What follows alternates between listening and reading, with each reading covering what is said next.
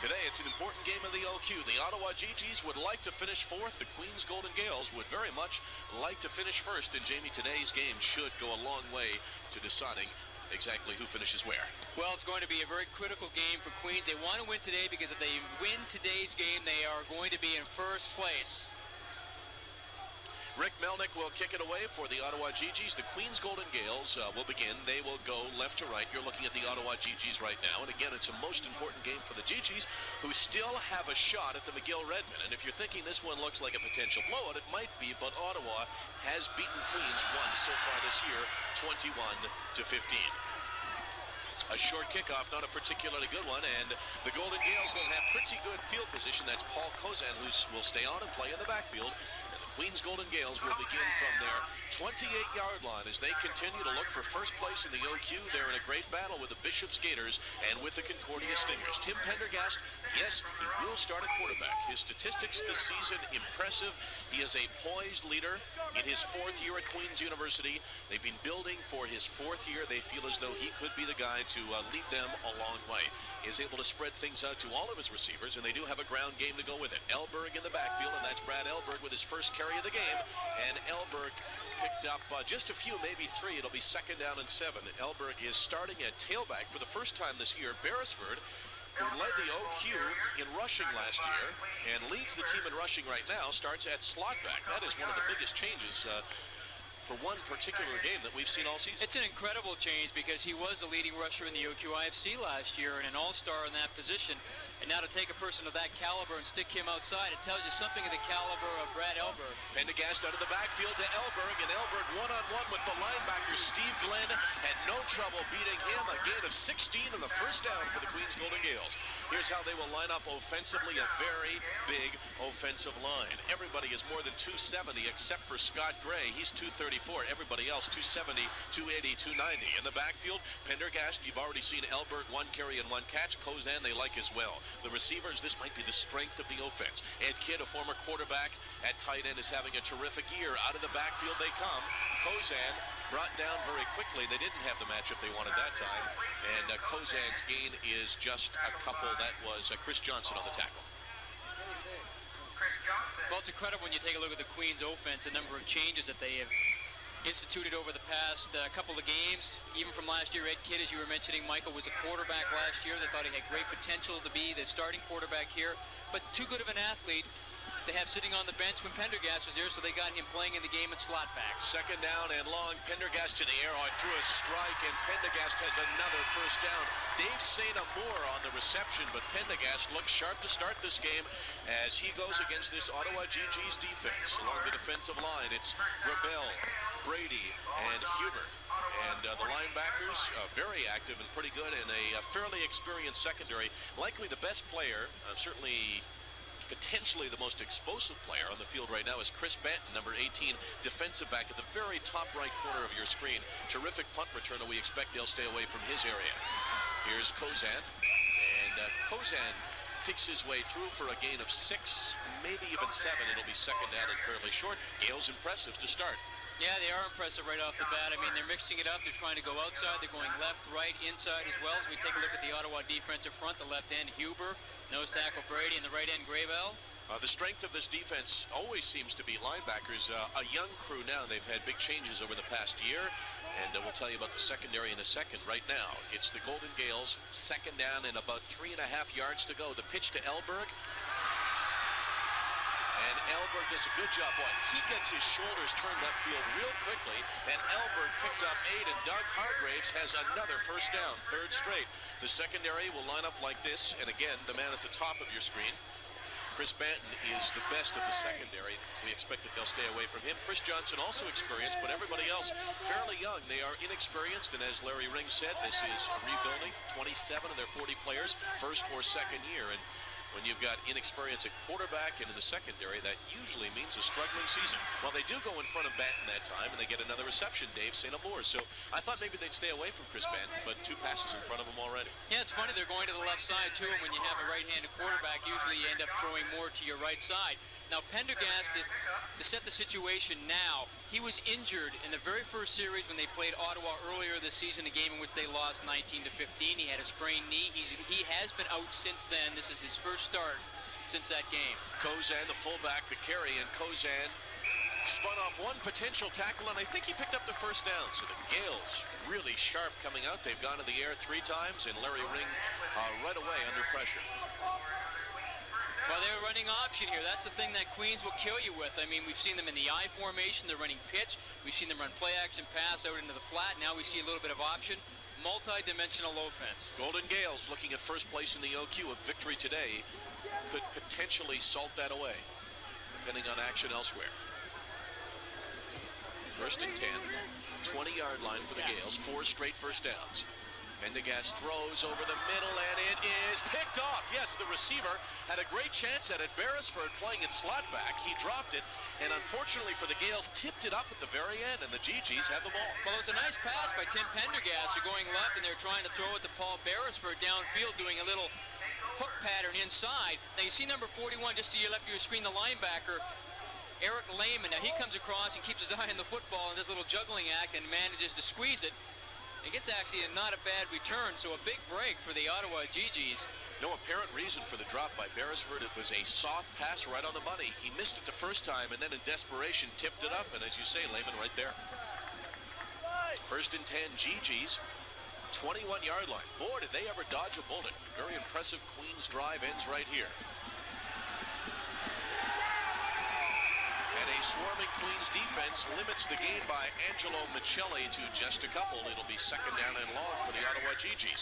Here's the way they line up, and like the Queens Golden Gaels, very big along the offensive line. Weisbach at 270 isn't even the biggest offensive lineman. They average about 270 pounds. In the backfield, freshman quarterback Steve Clark. They like his ability. He's still young, though. Joseph, likely their best runner, 6 feet, 210 pounds, also in first year, and Michelli. The receivers, Casagrande and Brett Wilson are the experienced couple. Greg leads the OQ in pass receptions with 29 so far this season. So I think if you're talking about the strength of that Ottawa offense, it is the receivers. As a injured Queens Golden Gaels. Jamie Lewin, outside linebacker. Now he would be a big loss for them, not only because it looks like he's all right coming off the field right now. He'll probably be back, but he's their leading sacker this year with 4 sacks, so they like to rush him on the quarterback. You know, if you looked at him, you would say, is he a defensive back? Maybe a linebacker. So yeah, he's only 5'10". like a defensive line. Right, he's only 5'10", 190 pounds, but he's a rush linebacker. Steve Clark faced with second down and long. Clark has a pretty good throwing arm, and here he throws one actually at the feet of Brett Wilson. So it's incomplete, and exactly what Larry Ring didn't want has happened. They'll give the ball right back to the Queens Golden Gaels.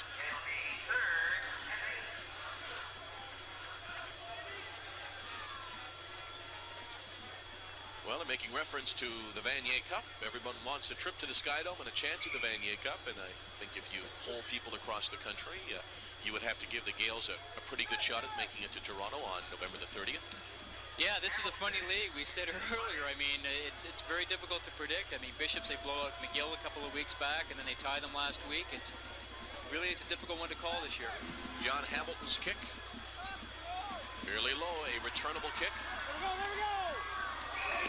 And the Gaels get a decent return, and then a penalty may have been a face mask. And we'll find out when we return. The Gaels have good field position, and depending on the call, it could get even better. We'll be right back.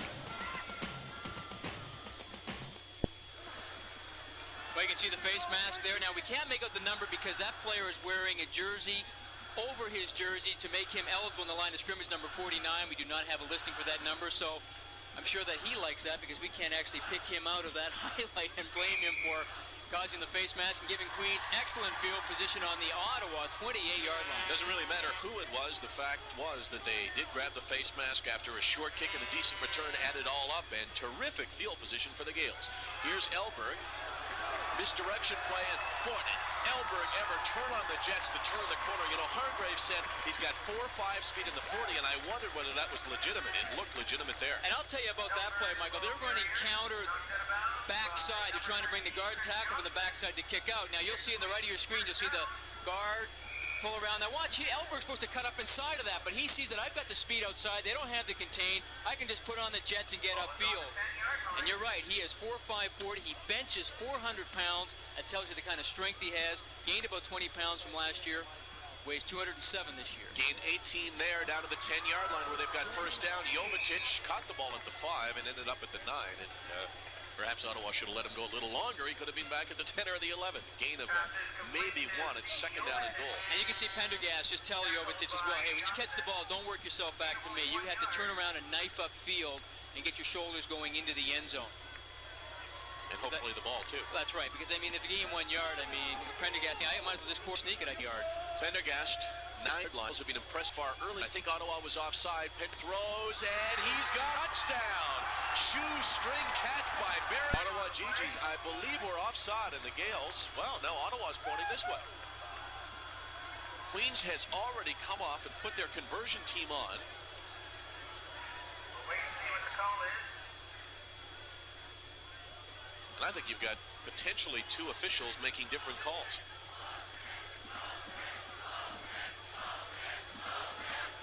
Well, judging by that one Ottawa player's reaction,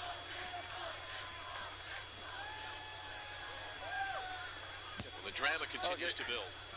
We have a procedure. Queens. No touchdowns, 5-yard penalty. Sounded like something was coming after that. I thought he was going to say something against Ottawa. Left tackle. Ball is on the 14-yard line. The Ottawa player, that was the one that I saw move early. Yeah, it looked like the Ottawa player was offside, but it's... And the catch by Beresford. Look at the catch. I mean, that is a real tough catch for someone who hasn't played much. Early motion again. Pick it up, second down and goal. And Pendergast's pass goes off the hands of Ed Kidd and then just past Jovetic. But that time, well, I was sure the last time that Ottawa was offside. Maybe the replay confirmed it, but I think the GGs were offside definitely there. Okay. Offside. 72 red. Down with Venus. Well, so we're right back to where we were after the 1-yard reception by Jovetic. Second down, goal to go from the 9-yard line. The ball is now on the 9-yard line. Larry Ring got a break, and then his team turned it right back. Second down and goal. Pendergast throws, slapped away, and picked off by the GGs. Wow, what a break. Coming in from behind the play was number 51, Luke Brady. He looked up, and there was the ball. Well, that's incredible. He's a happy guy. I mean, a nose tackle getting a break like that. Actually, I think it's Sean Clark, It may have Michael. been 55 or 51, but watch where he is. He's in behind Pendergast now. Now, there's great protection here, and that's a nice job. I think it was Richard Grable getting his hand up, knocking the ball forward. Actually, it was Wade Huber, number 77, who got his hand on it. And another big break for the Ottawa GGs. Just like the first, they avoided touchdown. Actually, they did give up a touchdown there, but the penalty called it back, and now they've got first down from the 17-yard line, but the Gaels defense right there. Angelo Michelli, second carry of the game, and like the first. Doug Hargraves likes the way his offense has moved the ball. He certainly hasn't liked the way they finished off the drives. Queens Golden Gaels defense, an experienced defense along the defensive line. They have the ability to pressure the quarterback. As far as the linebackers are concerned, I think this is the strength. Boone, perhaps the best name in football for a linebacker, Peter Payne and Dan Palou. Screen pass for Michelli, race to the outside. Let's see if Michelli can get there first. No, he can't. And the Gaels hold again, and they'll get their ball back, predictably in very good field position. 6:57 to play in quarter number 1. We're still scoreless. Well, they're just trying to have full flow outside. They just get the back out Angelo Michelli and run him outside. But you can see the pursuit of the Queens Golden Gaels. Look how many people are around the football. There's 5 yellow shirts around that football. You're gonna play, when you play great defense like that, you're gonna win a lot of football. I want to ask you a question. You saw Brett Wilson, the wide receiver there, trying to block the quarterback. On that play, should the wide receiver, the way the play designed, should he be way downfield to try to take the cornerback out of the play? No, he should try and block him, actually. There's a stock block. He just missed the block outside. Hamill kicks it away. This is a high kick. right into a crowd, and the Gaels have the ball at the 45-yard line. And the surprise of that play is we have no penalties down. 45-yard line is where the Gaels will begin their third drive. They've been impressive on both, but we're still scoreless at Richardson Stadium. Ontario, Michael Landsberg along with Jamie Bone in a scoreless football game. They celebrate the 150th anniversary of Queen's University, where they've been playing football for more than 100 years. Queen's Golden Gaels have now had the ball 3 times. Their first 2 drives, very impressive, all kinds of first downs, but 2 interceptions. And I think you could say the first one clearly not the fault of Pendergast as Beresford dropped the ball. The second one knocked down by a lineman into the hands of a linebacker. Here's Elberg. And Elberg breaks the tackle and turns the corner, and an official way on the near side of the field, perhaps 30 or 40 yards away, throws the flag. I'm not sure why. I'm not sure why either, unless it was holding or something in the backside, but I don't see how that had any effect in the play at all. And I mean, he was way behind the play. Elberg picked up close to a first down. Holding against Ottawa. It's an unusual call, as I'm sure Larry Ring will probably question on a running play when the defense holds. But 27, red, hold, Ottawa holding. now that's the cornerback on the near side of your screen, which was way away from where this action is heading. Well, they're just running pitch, and Kozan gets a nice block outside. But you can see the speed again. Look how he gets around that corner. Boy, I mean, that's impressive. That was impressive because the corner didn't seem to be there, but he did get around it. First down, Queen's Golden Gaels, 35-yard line. Kozan breaks a couple of tackles and now heads for the end zone.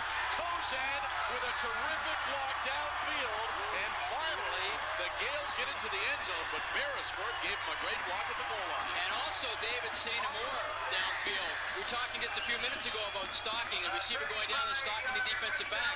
He did a nice job. Now they're running option here, just inside, and they run option trap. You see they pull the left guard across. And everybody's going to the left, but he's coming back to the right. And a nice job by David St. Amour there, and another nice job downfield by Paul Beresford. Beresford just did a good job to shade his man away. And the toughest part about this was staying on your feet for the celebrations afterwards. 35 yards on the ground for Paul Kozan, and finally the Gaels get in the end zone, and after 5 minutes and 46 seconds, they lead by a score of 7-0. The Ottawa GGs better find some offense in a hurry because they are sitting here at Richardson Stadium. Great anniversary celebrations taking place, and a great way to start the football game for the Gaels. They've got the lead. We'll be right back. Here, won by David St. Amour on Chris Banton, and busted outside. And then another nice block downfield here on Luigi LaRosso by Paul Beresford, and we see Paul Kozan slide into the end zone. Looked like a guy sliding into second base. Jamie Galloway kicks it away, and the Ottawa GGs have got to find some way to keep their defense off the field. Here's Chris Banton, explosive player to the outside. He can fly.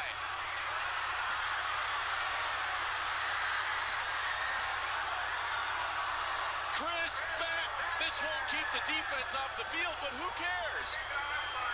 Incredible. Chris Banton, the CIAU Rookie of the Year back in 1989.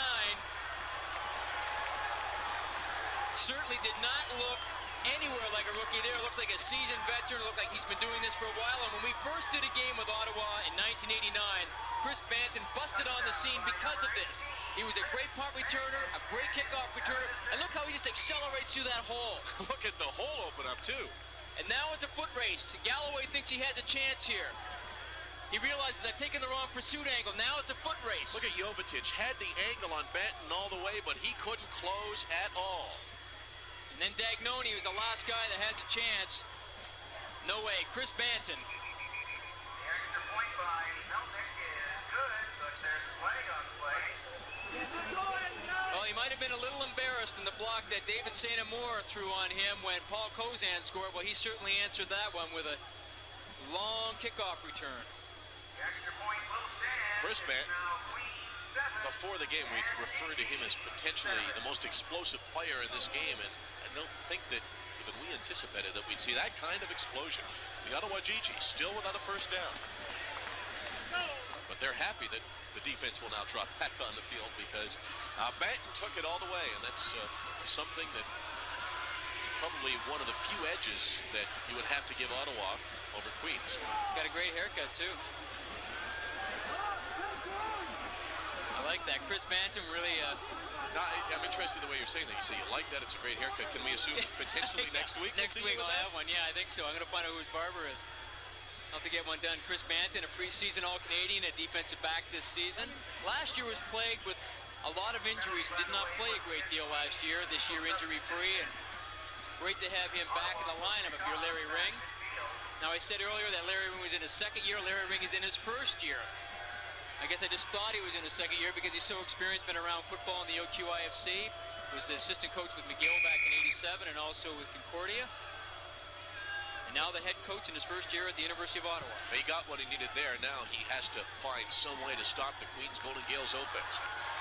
GG's down very quickly, and you can see a real spark in their play now that you clearly didn't see early on. They came out very flat in this game, but Chris Banton, one of the nicest kids that you could ever meet, gives them some life. He has a terrific smile, and he had every reason to smile there as Banton gets the Ottawa GGs back in the football game with 5:26 to play in the first quarter. This was looking like a game that would certainly be reflected by the weather for the Ottawa GGs. It's rainy and damp and not a great day, and it certainly started that way on the field for the GGs.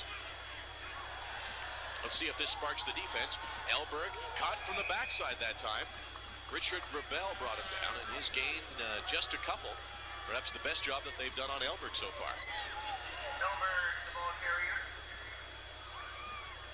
Queens has got a lot of weapons. You know, Pendergast is a veteran quarterback who can really spread the ball around and keep the talented receivers and running backs happy. Yeah, well, he's the guy that really kind of makes it all happen here. They had Steve Othen play last week, who played very, very well. They're very pleased with him. But Tim Pendergast is the seasoned veteran on this Queens football team. Pendergast to the air, throws into a crowd, but he's got a completion close to a first down. He needed to make it right to the 35-yard line. Might be an inch or two short, but good zip on the ball for Tim Pendergast, who makes his return after missing last week's game against the Carleton Ravens. Coach Doug Hargrave said he could have played, but thought it was just a good move to sit him out. And, you know, I believe that's Paul Beresford's first reception this year for the Queens Golden Gaels. Third down and maybe, well, you can see where the nose of the ball is. It's almost in the stripe, and he just has to make it about halfway through the stripe, so not much question whether they'll go for it. The Gaels will. Beresford did have the earlier catch for a touchdown, called back because of illegal procedure. Pendergast on the ground, picks up the first down easily.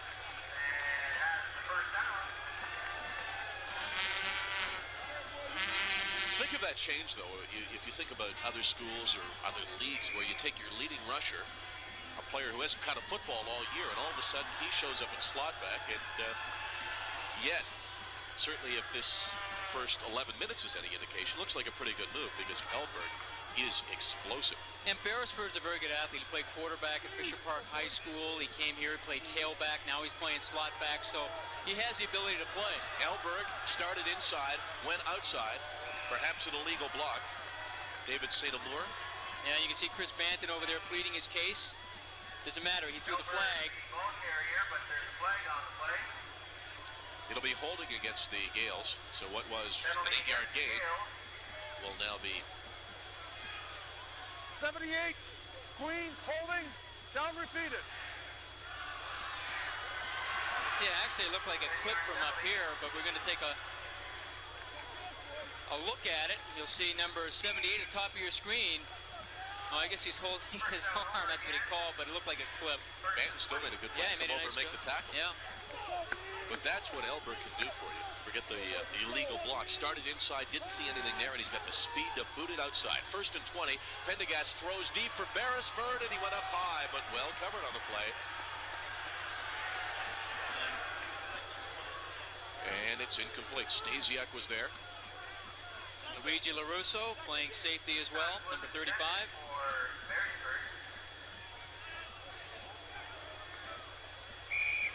Just a series of problems for the Golden Gaels. A couple of interceptions, one drop pass that led to the interception, a tip ball, and a couple of offsides. And It's now a 7-7 football game, but could certainly have been a lot more for the Gaels. 2nd down and 20. Pendergast, big pressure, throws, and has a man. Jovetic made a diving attempt. Pendergast did a very nice job to simply get rid of it and avoid the sack, because I tell you, there were a lot of folks in on him right there. The pass protection didn't look very solid. Now you see it's tough here for the quarterback. He draws back that way, turns back inside. And I believe it was Steve Cook, number 45, inside, giving some pressure to Tim Pendergast. Pendergast did a nice job, as you say, to get rid of it, but he also put it fairly close. But still, 2nd down and 20 is not what Doug Hargraves wants, and it's now 3rd and 20. First punt of the game for Jamie Galloway. Probably like to keep it away from Chris Banton, but he does not achieve that. Banton with the ball. 1 kick return for a touchdown already. And Chris Banton very close to springing another one. He's just got incredibly quick feet. And he's a player that has played a lot of his career on artificial turf. But here on the natural grass, he looks just as explosive. Yeah, he's a great special teams player. There's a great block that it almost took, actually, Chris Banton out as well. But you can see the quick feet. Not very big, 5'6", 160 pounds. But his legs just churn all the time. He keeps them moving. That first step by Banton was outstanding. That does come away limping a little bit.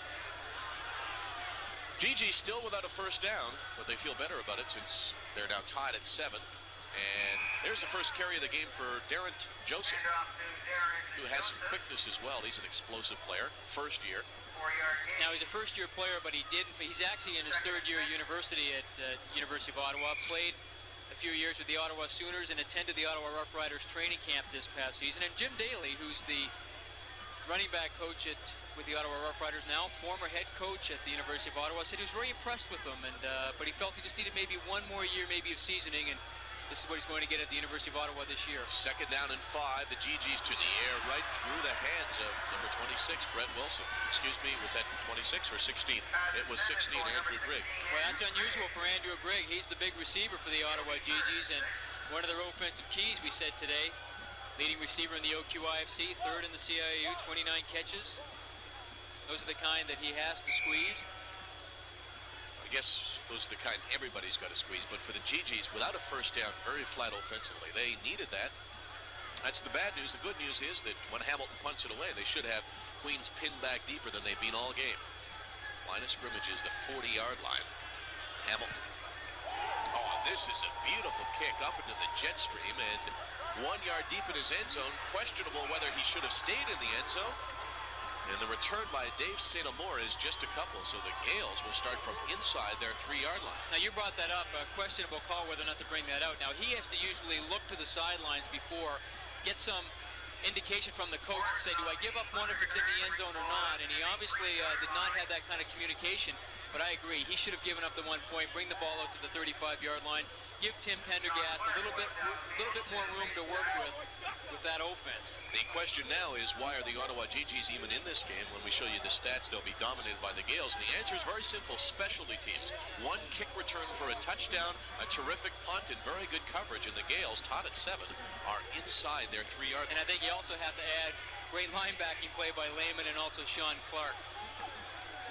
Elberg hits the pile and then moves the pile. He's got speed, but he's also got pretty good size. Elberg at 200 pounds, combined speed and power, and that time simply muscled his way ahead for a gain of perhaps 3.5, close to 4, and of his 2nd down, call it 6. Brad Elberg out of Regina, Saskatchewan, and you wonder, how did the University of Saskatchewan not land Brad Elberg? And his running back mate, Paul Kozan, from Regina, Saskatchewan. Yeah. Sheldon Williams High School. 2nd down and 6 over the middle. Nice pass by Pendergast and a fumble. The Gaels get a real break. Boy, did they get a break. Ed Kidd made the catch. Pendergast threw it before he'd even broke it, but he then had the ball pop loose. Ron Herman, number 55, playing offensive center today. 6'4", 275. Doesn't get his hands on the ball that often, but as a center he does today, but normally he plays guard. But a good heads-up play, but a nice hit in here by number 58, Steve Glenn. Gaels do get a break. Not only do they pick up the fumble, but they keep the first down. 20-yard line. Pendergast to the air. Elberg out of the backfield. And the Again, that's the matchup that they wanted. Steve Glenn one-on-one with Elberg. And Steve Glenn, he is the leading tackler in the OQIFC with 56. So he gets a lot of work. Good linebacker, 6'3", 230. And he's got quite a job today because he's going to have to cover Brad Elberg, a player with 4.5 speed out of the backfield. Perhaps Ottawa will have to consider making an adjustment with Elberg and his speed. That might not be a matchup that they can win. Then it'll be up to Pendergast to recognize it and throw to somebody else. Second down and 1, and Pendergast easily picks up the first down, and that is it for the first quarter of play. A quarter dominated by the Queens Golden Gaels. They roamed up and down this field. They had it all their way, but 2 interceptions, an offside penalty limited them to 1 touchdown. For the Ottawa GGs, it's 1 play. A kick return by Chris Benton for the score. We're tied at 7 after 1.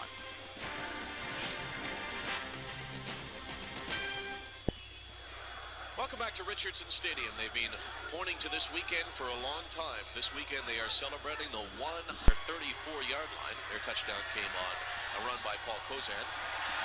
The touchdown for the GGs came on a 93-yard kick return by Chris Benton. We're tied at 7. And Kozan stopped immediately in his tracks. Richard Gravel, Steve Glenn, and Luke Brady are right there to bring him down very quickly. Well, if you take a look what Ottawa is doing on defense right now, they're just matching up straight across. They're just saying, hey, we're going to play man coverage in the secondary. We're going to start bringing some people, our linebackers, and we're going to force you to play. We're going to play smash mouth football with you because they think they're going to have to hang in there and play tough. What kind of football is that? Smash mouth, they call it. Okay. Never heard that term before. Second down and call it still 10 for the Queens Golden Gaels, and they haven't been faced with second and long very often today. Pendergast throws once Jovetic and has Jovetic. Threw it very nicely. Jovetic breaking back. Just got in front of Dave Wallace for the first down. Now it's a nice route by Stephen Jovetic at Oak Ridge Secondary School in London, Ontario. And a nice pass by Pendergast because, again, man coverage. They're isolated at number 27, Dave Wallace, and he puts it outside so that Wallace has to try and come up and try and knock the ball away. Unable to do so, and Jovetic did a nice job of protecting the ball by keeping his body between the ball and the defensive back. And that's not a big body, just 5'7". The other wide receiver, Dave St. Amour, who comes towards you at the bottom of the screen, only 5'5". Not much size outside. They're a lot bigger inside. Here's Beresford, the OQ All-Star running back. Now a slot back, carrying the ball, but without much success. Well, Paul didn't look very comfortable running the slot back counter in that play. It looked like he wanted to get back almost into the halfback position or get into that I position and start running the football. Now, you might think because he's a running back, he should be comfortable running it from anywhere, but everything really looks different. Oh, it is different. Oh, sure. And actually, the movement is a lot different. His approach is different. Second down and long. Pendergast throws, and he's got Jovetic over the middle again. Pendergast has been very sharp so far.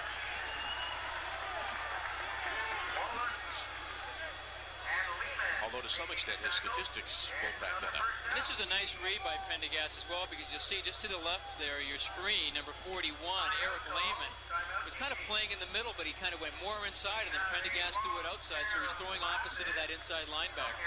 Third reception of the game for Tim Pendergast, and a timeout as they talk it over with the offensive staff of the Queens Golden Gaels. Gaels have kind of rolled up and down throughout the top 10 so far this season. St. Mary's Huskies, perhaps the biggest surprise, at least the way I classify it. 5-0, tied with the Western Mustangs for the best record, but they're number 1 right now. Queens Golden Gaels, number 3. UBC Thunderbirds, not as good as many of us thought they would be, but they're in a very tough conference at 3-2. Laurier Golden Hawks, after a loss last week to the Western Mustangs, 4-1. Then Manitoba, they are actually 4-2. The Manitoba Bisons, with their win last night, 48-11. Over the Alberta Golden Bears, improved to 4-2, and is that program back for what? Then it's Concordia, Bishop, Saskatchewan, and Waterloo. The defending Vanier Cup Saskatchewan Huskies don't look like they'll be back in defense. Well, I think Manitoba are going to be in the Western Final. That's what it looks like right now. First game of the season, we saw Manitoba, and they showed outstanding talent. Here's Elberg around the corner, and he got a couple of very nice blocks to spring him to the outside. And you said it, Michael, Elberg around the corner. I tell you, did he ever get around the corner because of guys like Ken Kirkwood and Jason Moeller blocking for him. And also Paul Kozan leading. You can see double team in there, number 66, Kirkwood. Nice block by Kozan. And then Elber gets to turn it upfield. I mean, that was the first person that was even close to him made the tackle. That's 10, 11 yards downfield. Here's a drive that began from the 2.5-yard line. It's now at the 37-yard line of the Ottawa GGs. Early motion, I think, by Ottawa. Throw over the middle, and Ed Kidd, I think his vision may have been disturbed on the play because Eric Lehman moved in front. Was it Ottawa offside again? It was. Down, repeat it. Ottawa simply too eager. They may have gotten away with one earlier when it was called procedure. Yeah, they're very eager, Michael. They're trying to really heat it up and come after Pendergast. Which is great. I'm sure Larry Rink's happy with their eagerness, but just have to wait until the ball snaps. Second down, first and 5 from inside the 35-yard line.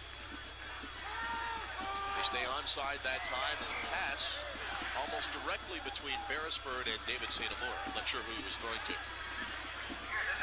See, I'm not so sure that playing man coverage with a quarterback at the caliber of Tim Pendergast is the right way to go, because they're trying to play man coverage in the secondary, bring a lot of heat. Now, for a younger quarterback, maybe he can get into his face and rattle him. This guy's been around for a while. He's in his 4th year, has been the starter for 3 years. He's seen it, and I think you're playing into his hands, and you're starting to bring a lot of people, and you isolate the wide receivers and inside receivers in man coverage. You can see they're all manned up inside here. Second and 5. Here's Hellberg running low to the ground. He's short of the first down. Maybe a good 2 yards short, and now Hargraves will have to make the decision whether to put on Jamie Galloway or go for it. Let's see how close they are. They're a good 2 yards away, and Galloway will come on and try to give the Gaels the lead. Doug Hargraves in his 16th year as head coach of the Queens Golden Gaels. Mellowed over the years, I think. No, I think Doug's always been mellow.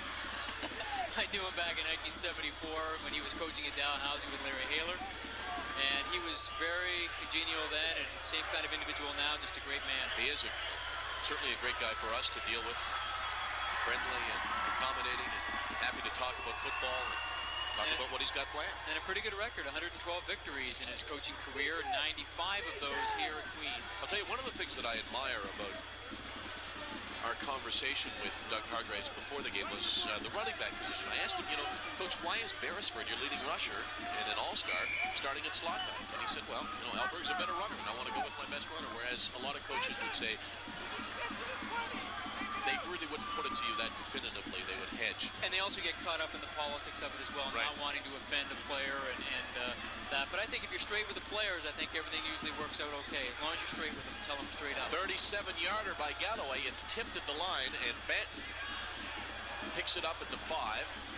And no yards against the Queens Golden Gaels. And I think that was Wade Huber again who got in and got a hand on that football, number 77. Well, they dodged another bullet.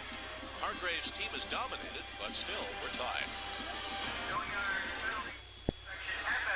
Number 77, Wade Huber, you're going to see him come up and stick his hand up right here, right through the middle, and he gets a piece of that ball, and that stops him from going through. The ball did not make it to the end zone. Chris Banton picked it up, a no yards penalty, and Ottawa get out of the shadow of their own goal line. If Huber would have been back 5 yards where he lined up and he blocked it from there, I think you'd probably blame it on the kicker, but he got great penetration. And that's 2 for him today. I mean, he had one down here earlier in the goal line. He blocked a pass of Tim Pendergast that Sean Clark ended up picking off.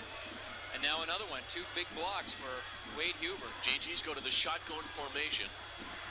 And they'll run out of the shotgun formation. Here's Steve Clark, and Clark has the GGs. Is that their first down in the game? I think it might be. Sorry, that's their second first down. I don't think he was ever thinking pass here, was he? Well, it's man coverage. You can see number 33, Mike Boone. He runs right out of there trying to get onto a back, and then it all opens up for him. And then Steve Clark just decides to take off with it.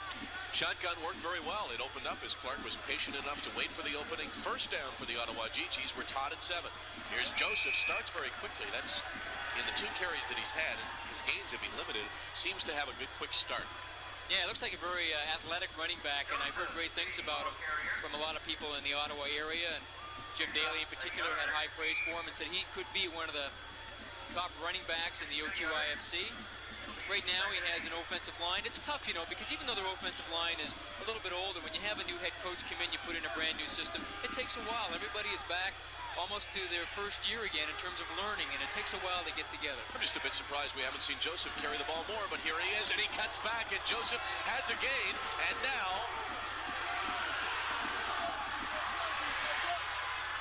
Joseph down to the 31-yard line. Yeah, wondered why he hadn't carried the ball more, and now the question's even more relevant.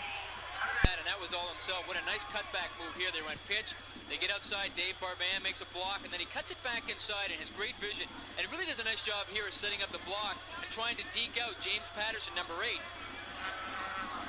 Who ends up actually making a pretty good tackle right there, one-handed. Poor Patterson, though. I mean, Joseph was giving him moves all the way down the field. He dipped the shoulder once. I saw Patterson go back the other way, so Patterson did stay with it and prevent a touchdown. He was out there all alone. 46 yards down to the 31-yard line. Collision on the exchange, and this play doesn't look like much, and it certainly isn't. First carry for a while for Angelo Michelli in a couple of carries on the first drive. He lost 5. There's also a penalty down. Was Queens offside? I think they were. Hard to tell. Well, this is what happens here is that both Michelli and Steve Clark, one thinks they're taking the ball outside, the other one thinks he's handing it inside, and consequently you get a collision like that and the play doesn't go for much, but you were right, offside Queens, so it's going to be first down and 5. Gaels offside. Darren Joseph, 6 feet, 210 pounds. As you say, first year doesn't really tell the story, as he's an experienced running back with the Ottawa Sooners. He is a good-looking player. But he's out of the backfield. So does Michelli. And they throw for Brett Wilson, picked off. Chris McCormick, 2 blockers out in front. Let's see if they can do the job. There's one block. McCormick stays in bounds with some fancy footwork. Chris McCormick all the way for the score.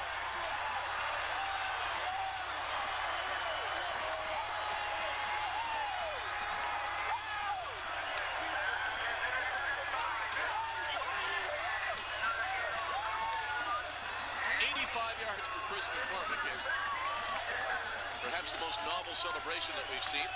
Well, just what it looks like, the Ottawa GGs are getting something going. Steve Clark throws the ball out a little bit high, gets tipped right into Chris McCormick's hands. He's a long way to go, 85 yards, but a nice move here at the very end because he cuts it inside and helps set up the block right here. Nice move, way to know where he is all the time, takes it into the end zone. Nice interception return. Ball game by 7, keep it away from Matt, and they do here.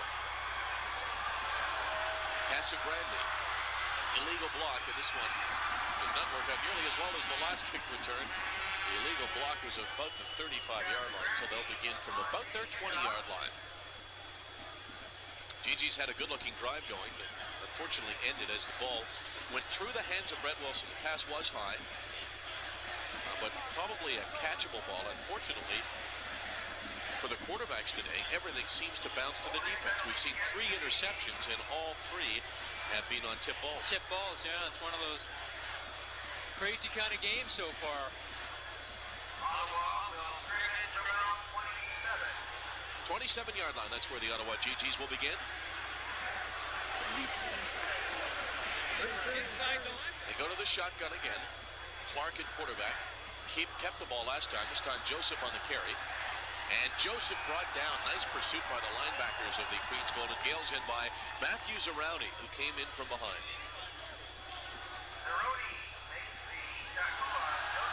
For a deep starting play, Joseph had to work hard to simply get back to the line of scrimmage. Well, this was a nice start. Nice play by Matthew Zerowny, the defensive lineman. Now, Joseph cuts it inside. You can see the pursuit coming straight down the line of scrimmage. He doesn't get deep enough to take himself out of the play. Only gets as deep as they say, get deep as the offensive lineman's heels, then pursue or tear down the line of scrimmage. Angelo Michelli, interesting call on 2nd down and 11, and it's not a productive call. Michelli picked up just a few, so the Gaels will get the ball back. The Ottawa GGs were impressive on their last drive when Joseph carried the ball, and he seems to be the best thing that they've got going right now. Seems funny to talk about a guy, Darren Joseph, who is in his first year, yet has come from a professional tryout camp. Yeah, it is funny, but that's the nature, I guess, of junior football in this country, where you're not into the draft. You can go as a free agent. Well, some players have done it, and successfully so. Keith Kelly, for instance, fine running back in junior football. Good coverage by the GGs and a good downfield tackle, and the Gaels will begin from their 47-yard line. Keith Kelly was a fine runner in junior, went to Bishops, had a good career there, and is now playing for the Toronto Argonauts. So while he's been hurt for the year, I understand Kelly will play this weekend. Okay. Trip to the Sky Dome for the Queens Golden Gaels. Well, I guess the journey began a while ago, but this is certainly a key stop on the journey. They'd love to finish first in the OQ and have home field for the OQ final. Scoring drive, well, I guess drive might not sum it up very well. Chris McCormick, 85 yards on the interception return, and it's 14-7. Elberg, lots of room for Elberg, and Elberg picked up close to 10. I think he's got the first down. You can always tell those great backs, but it looks like everybody else is moving in slow motion while he's running it fast. And I mean, Elberg is that kind of a back that makes it look that way. You know, he gets outside and turns it up. He just keeps driving upfield. See a little bit of a tattoo logo on the side of a co-ed's cheek. Not sure that she was a co-ed. I think she may have been a little young to attend the university now, but if she lives in Kingston, she'll probably end up here sometime. We've got young and old, 150 years of football being celebrated. This play never officially gets underway as the whistle goes in a legal procedure against the Gaels. I was asking, we were talking about 150 years. How does that rank with the oldest institutions? Legal procedure, 62, he broke his stance, down repeated.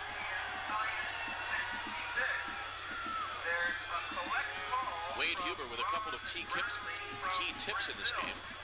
That'd be a big loss for the GGs if he has to go out. He's playing pretty well so far today. We were talking about the oldest institutions, 150 years. I know Acadia was founded in 1838, I believe, so they're an old institution as well. And that'd be about 153, I guess. Fairly close. Really enjoyed our opening. We showed old footage of Queens and footage. I'm not sure where the original footage came from.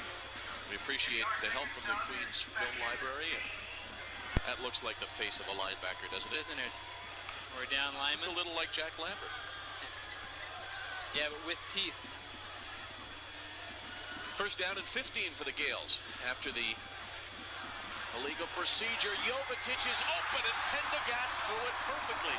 Just had one stride on Dave Wallace, but Pendergast threw a great pass. It really is a great pass, Michael. I mean, this guy is just showing us something here today because he's mixing his passes up. Now, this is one where a lot of younger quarterbacks want to drill the ball in there, but he wants to give Jovetic a chance to catch it. So he throws it high outside and allows Jovetic to adjust to the ball away from the defender. I mean, that is just a heads-up play by Tim Pendergast. Pendergast, as I said, didn't have a lot of room, but Jovetic simply had a step on Wallace, and a step was enough. First and 10, 30-yard line to the air for Pendergast. He throws, and it's underthrown, and dangerously at the feet of Banton, who broke back to the ball but slipped.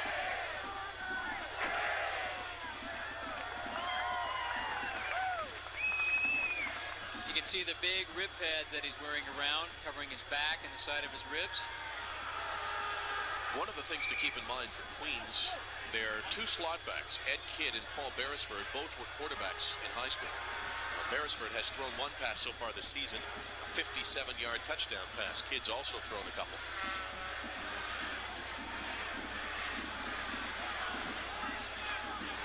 Pendergast changes the play at the line of scrimmage. Just under 6 minutes to play in the second quarter, 2nd and 10. Throws, and he's got a completion. David St. Amour down to the 15-yard line. And it's funny how you can just tell a veteran quarterback seems to be more sure of himself, seems to know exactly where he's going, and Pendergast has looked great so far. Yeah, nice job both ways. And see, Pendergast comes out here in the semi-roll, and then he pulls up. Then delivers a strike outside to David St. Amour. Now, Amour does a nice job here making sure that his knee does not touch the ground. Moves ahead, make sure he has the first down. 14-7, Queens Golden Gaels lead it. 5:25 to play in the second quarter. 1st and 10. Option. Pendergast keeps it this time. And inside the 10-yard line down to the 7. Perhaps the 8-yard line.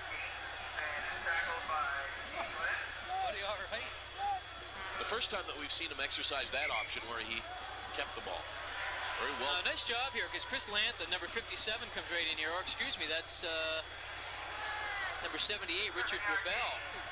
And he avoids him, and then he gets outside, realizing there's no pitch. Very well-balanced offense for the Gaels. Through the air, they've been successful, and on the ground, their problem has simply been finishing off drives. 2 interceptions.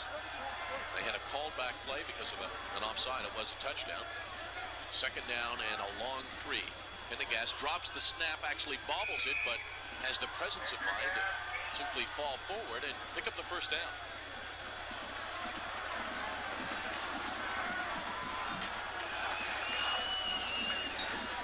Well, there's no pressure, push, pull there, and of course you don't get the exchange.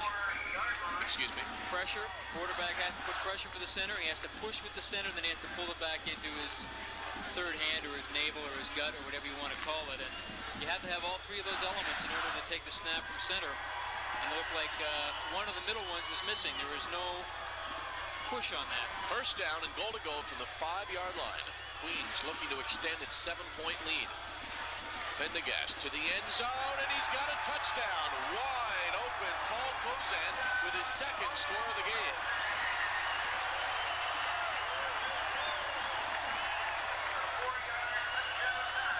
But when you run play action pass down at the goal line or sprint out pass at the goal line, everybody has to make sure they know who they have. And you can see both number 41 and 13, Chris Johnson is 13, and Eric Lehman, they turn around and start discussing it. Who had him? I guess the answer was nobody had him. And the Gaels now lead it by a score of 20-7.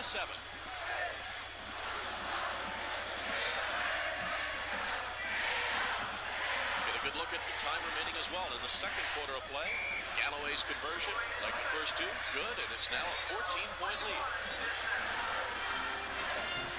Queens Golden Gaels are eyeing first place in the OQ, and they look pretty good right now as they lead by 14, and they're singing in Kingston.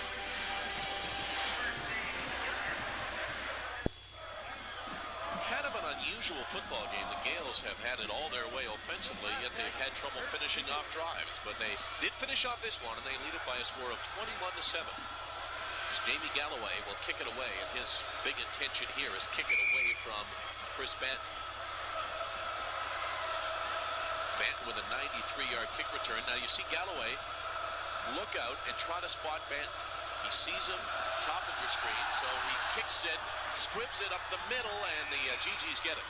They reacted very well to the attempted onside kick by Jamie Galloway, and the GGs, because of it, get very good field position. I like the call by Doug Hargraves. It's an aggressive call at this point in the football game. They've taken the lead. Ottawa a little bit down. They're trying to put them away, and he just kind of squibs it just forward so that he can run ahead and try and get it. Kicked it about 5 yards too far. But a good heads-up play by number 72, Rob Hyde, who's an offensive lineman, but we've also seen him playing in the defensive line this afternoon. 1st down, Ottawa GGs. They go to Joseph. And Joseph picked up 5. It'll be 2nd down and 5. I've known on that play, seemed to be heading right. It shifted fields very quickly. Yeah, he's got great lateral movement, doesn't he? When he gets into the hole, he just kind of shifts left or right. No effort at all. You know what he's also got? Very dirty arms. I think he fell in the yellow on the inside of that Queens logo. I think he's taken away a great part of the yellow. 2nd down and a short 5 to go for the Ottawa GGs. They really need a first down. 3:34 to play. Clark stops and now is stopped. Sacked in the backfield. Number 29, Jamie Lewin, who you made reference to as their best pass rusher for Doug Hargraves. And the GGs will kick it away. Well, the number 5 sack of the year for Jamie Lewin. Not very big in stature, 5'10", 190 out of Montreal, Lower Canada College. Gets in there again. Like to bring their outside linebackers. You know, I talked about veteran Pendergast and how when he got back there, he seemed so sure of himself. I think by contrast, you could watch Clark on that play and didn't seem to be real sure where he was going. Hamilton to kick it away. He's been busy today. And they fake it. Joseph. It's not Joseph. It's Angelo Michelli, and they would have been better off with Joseph because the fake doesn't work, and the Gaels have got the ball at the 40-yard line. Now, this looks like the same play we saw St. Mary's execute last year against Western in the Atlantic, right along the line of scrimmage, but didn't fool anybody on Queens. It fooled one person. You? Yeah. I'm still not sure how the ball got in the hands of Michelli, but regardless, the Gaels have the ball and a 14-point lead. Elberg on the sprint to the outside, and he's won this race every time, and he wins it again. They have got to find a way to seal off the outside from Brad Elberg. Well, they're getting outside, and the people that have primary contain, the outside linebackers, are getting sealed inside. And then it's tough because it becomes a foot race now with the inside linebackers to try and get to the sidelines before Elberg can get around the corner. And Elberg, as you said, Michael, is winning that race time and time again. Elberg picked up 8. The last scoring drive for the Queens Golden Gaels. Perfect balance on the ground, through the air. Final 5 to Paul Kozan. And back to the action. Here's Kozan, and Kozan has been a very useful weapon for the Gaels. He's got 2 touchdowns, so he's carried the ball effectively in the few times that he's had it. He's been their money man so far, just his 5th carry of the game.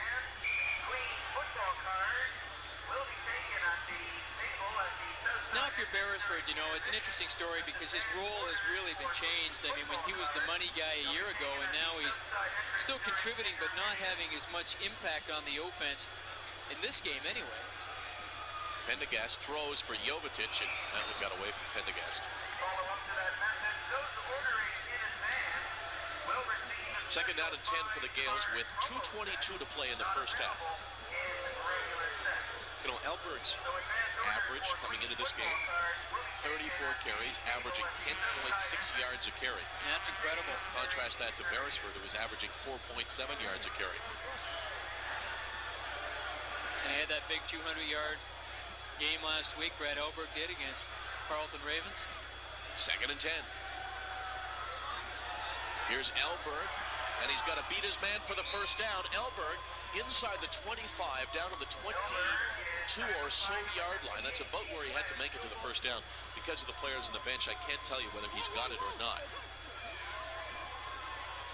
Needed to make it to the 21 and a half. And again, they get him outside in the flat, and the inside linebacker, Steve Glenn, has to come all the way across on the inside to cover him. And that's a tough job for the inside backer to do that, especially when you have a player of the speed, Brad Elberg. So Galloway will go for the field goal attempt. They'll spot it at the 29-yard line. It's already a 14-point lead with 2 minutes exactly to play in the first half.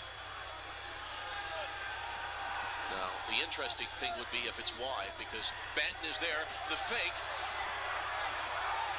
Penalty in behind the play and into the end zone, incomplete. And actually, Banton made a very smart play to knock it down and not intercept it. The key here is, what's the penalty?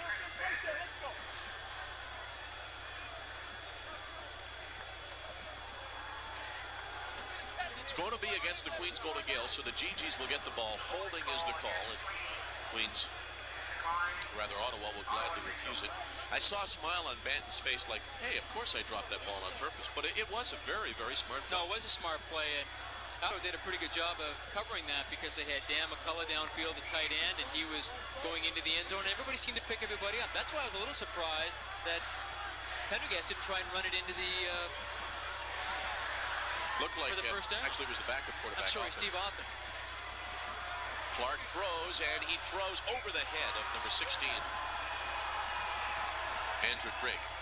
Grigg yet to make his first catch of the game. Now he's the leading receiver in the OQ, so Queens has done a good job on Andrew Grigg with 1:42 to play. Now, if you take a look at Andrew Grigg and his average per catch, 13.7, it gives you an indication that he's more of a possession-type receiver. He's not the kind of person that they're sending deep a lot, and we saw it that last play, but primarily he's catching his passes around the 13-yard area. Shotgun formation. They've actually run from the shotgun each time, but looks like Clark will throw, and he throws over the middle, incomplete. And a late penalty against the Queens Golden Gaels. Late isn't the word. Half the guys were back in the huddle. And this should give the Ottawa GGs a first down.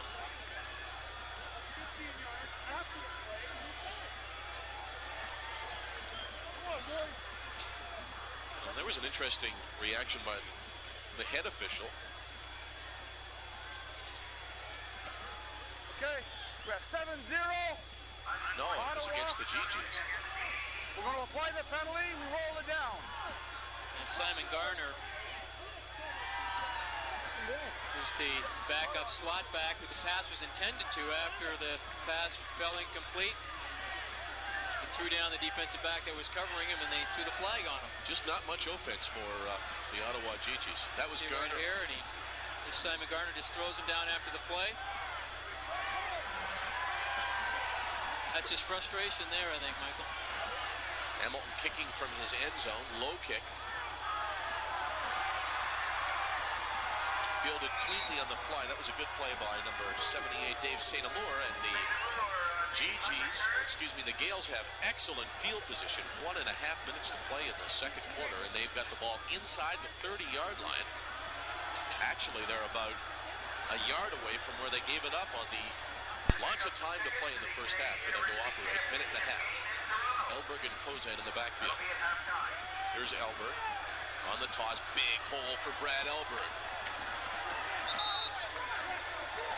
He is obviously a talented runner, but pay tribute to the Queens offensive line that's doing a terrific job giving him room to operate.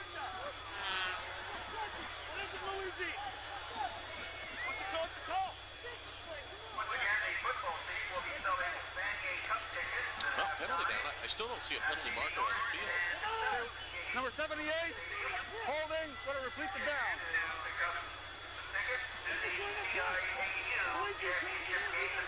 Penalty goes against St. Amour, the wide receiver. Holding penalty against the Gaels. And we're going to see the hold right there on Chris Banton. Did you Now see the holder? Yeah, a little bit of one, but it didn't really have much of an effect on the play, and you can see a nice block there. St. on Amour's Chris only Johnson. 5'5", 155 pounds. He's holding one guy and blocking another, if nothing else. Give him credit for being ready, willing, and able. The pass almost intercepted. Actually, I should have prefaced that with almost caught, first of all, by McCullough, who dropped the ball, and then Banton, I think, was thinking about what he'd do with it after he made the interception. Yeah, Chris Banton was looking end zone here all the way, and that's how he thinks. Through the hands, and then Chris Banton right there looks like he was turning his head upfield to see where am I going to run with this football. Didn't quite hang on to it. So pull up the gloves a little higher. That's it. Second down and 20 for the Gaels. Minute 18 to play. Clock stopped on the incompletion. Pendergast throws, and he throws into double coverage. And now Banton, does he make the interception? No, he doesn't.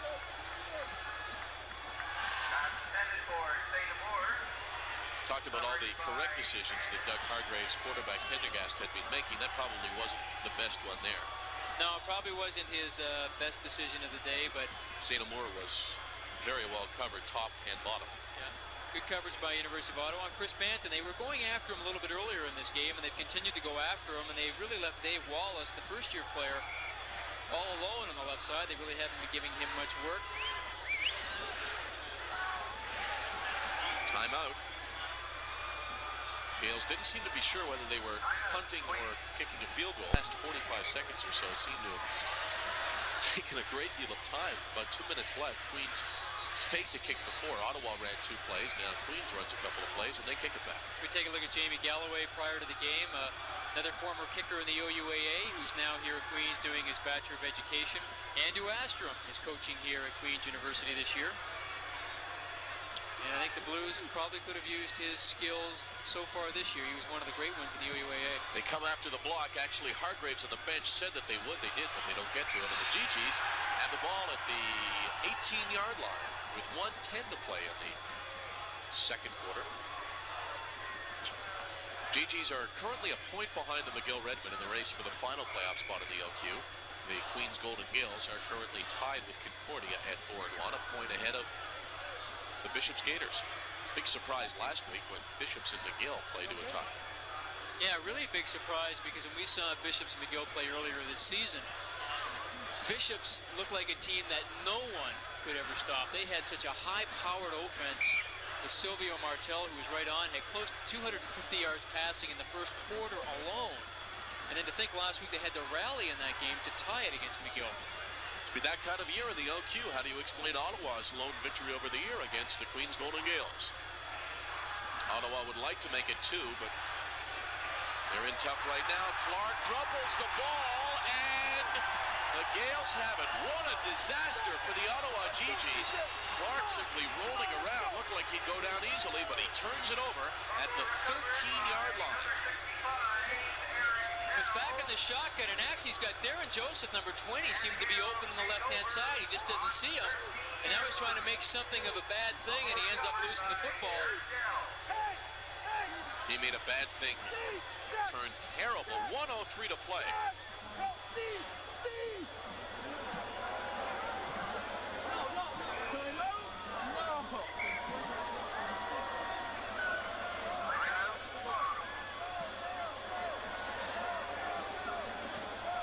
Now that was a very interesting reaction to nothing happening on the field at the time.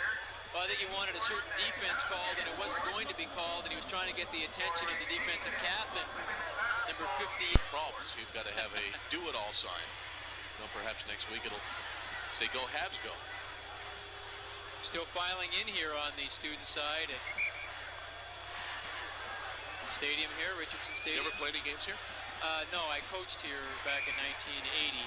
Actually, my very first year, we played an exhibition game against Queens. Now, Western and Queens played this year, right? That's correct. Yes, and Queens won that game quite handily, as a matter of fact. Well, they lead 21-7. Minute 03 to play. First down, 17-yard line. Jovetic diving catch, but he comes up fairly short. Nice catch by Jovetic. A gain of 5. It'll be 2nd and 5. Neil Shaw. Tackle, gain of 5 yards.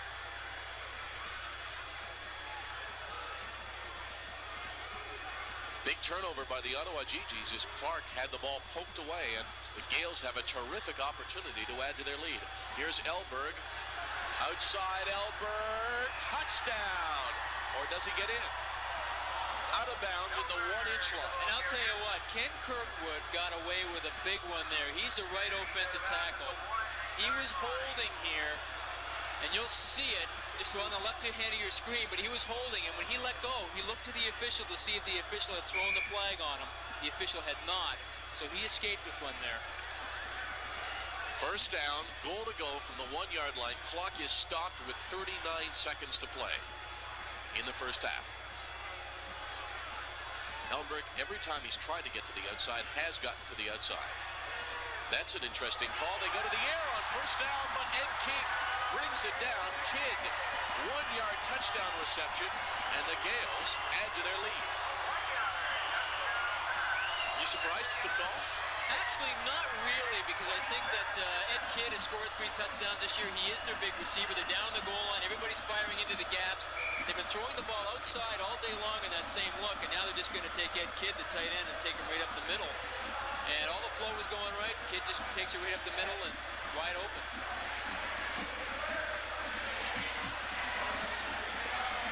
27-7 now for the Gaels.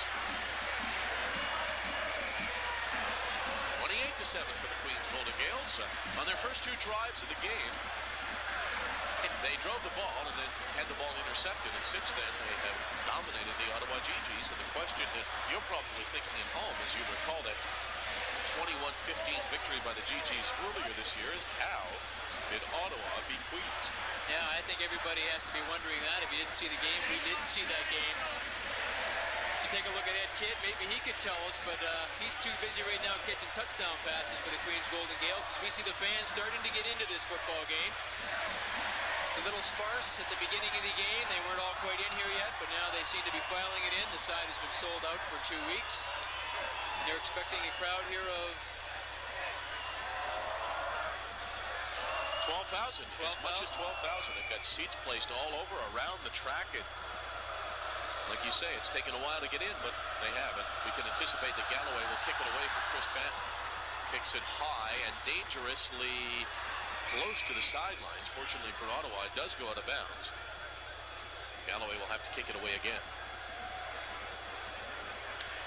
Well, the first half excitement for the Ottawa GGs is really one play, a 93-yard spectacular kick return by Chris Benton. And other than that, they haven't had much to choose from. Galloway very preoccupied with keeping the ball away from Chris Banton. As well he should. I'm going to say once burned, twice shy, so he's not going to let it happen again. 28-7, the Gaels over the Ottawa GGs. GGs one victory on the season over these Queens Golden Gaels. Now, if Ottawa wants to get the ball to Chris Banton, they should probably move him up a bit. Now, Banton switches sides, and he may have fooled Galloway, although the ball is short enough, it won't get to him. Loose ball. The first man didn't field it cleanly, but the second one did, and the GGs do bring it down. Boy, that is a very tough way to kick a kickoff, particularly when you're kicking into the wind, when the ball goes up high and almost stops going downfield after about 25 yards. It's almost a free ball. Oh, it is, and I tell you what, the anxiety level increases for the person that's going to be receiving the ball at the other end the longer it hangs up there, because you know they don't have to give you any yards. As soon as you touch that ball, they can go right through you. Well, disastrous last possession for the GGs when Steve Clark dropped the ball. Here they stay on the ground. And Michelli finds more room to the outside than he has all game, and Michelli picked up 18 yards. Tell you, he was a block away from going the whole distance. He had to receive the block from the wide receiver downfield on Chris McCormick. McCormick saved the day. Well, if the GGs have any timeouts remaining, they should take one now. Clock is ticking. Now you can see McCormick is the last guy, and you saw the receiver down there earlier trying to throw a block and miss McCormick. If he gets that block, it's a foot race. Now let's see if Larry Ring argues here. There was 28 seconds left on the clock. The officials blew the play in. Then they realized that there was an injured Queens player. If I'm Larry Ring, I'd like to see 28 seconds on the clock, not 21. I'm not sure of your logic, though, because he did not stop the clock, Larry Ring. He didn't stop the clock, but you can't. The clock shouldn't have been ticking. The officials made a mistake to blow the play in with an injured Queens player there, right? Yes, they blow the play in until they see that, in fact, he's been injured, and then they have to stop the clock. So it didn't look like Larry Ring was going to be stopping the clock anyway. Apparently they are going to add some time to the clock. So I guess you're right. Well, you tap dance and try to defend the officials. All right, give it to me right between the eyes, Michael. Mike Boone, the injured player for the Gaels, he's okay. And well, they didn't add the time to the clock. They just didn't start the clock. Still at 21, even though the play's been blown in. Aaron Joseph, not much there. 8 of 4, and they need more than that if they're going to get in field goal position. Joseph, the ball carrier, picks up 3 yards. 17 seconds and counting. Shotgun for Steve Clark as his team trails it by 21. Clark throws and overthrows his intended receiver, Tom Casagrande. 6 seconds to play in the first half.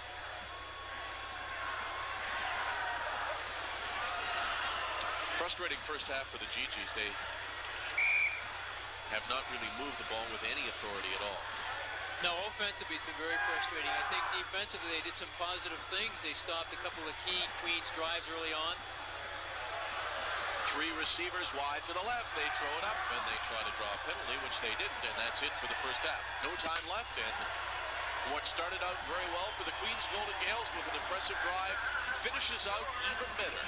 The Gaels have scored 28 points, and they look like a fine football team right now. As they look for first place in the OQ, they lead by 21 at the half at Richardson Stadium.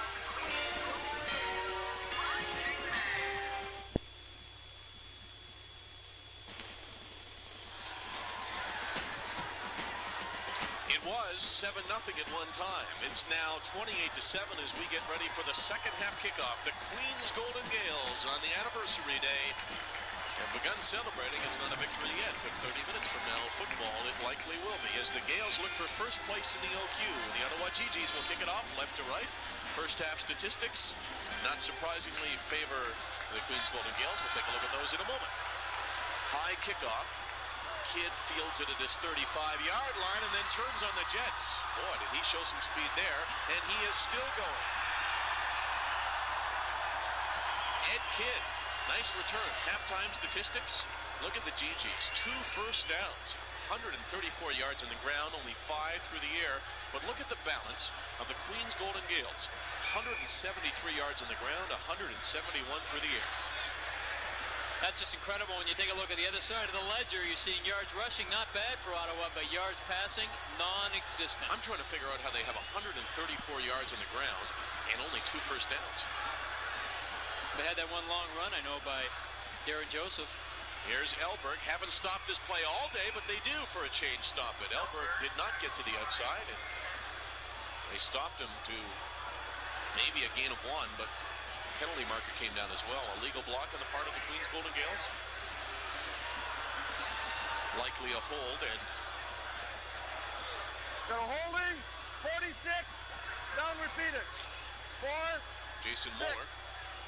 And where do you think Jason Moller's from?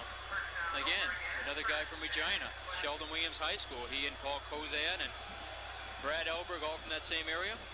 Doug Hargraves may have made one trip out west, and it was a fruitful one. He came back with some fine football players.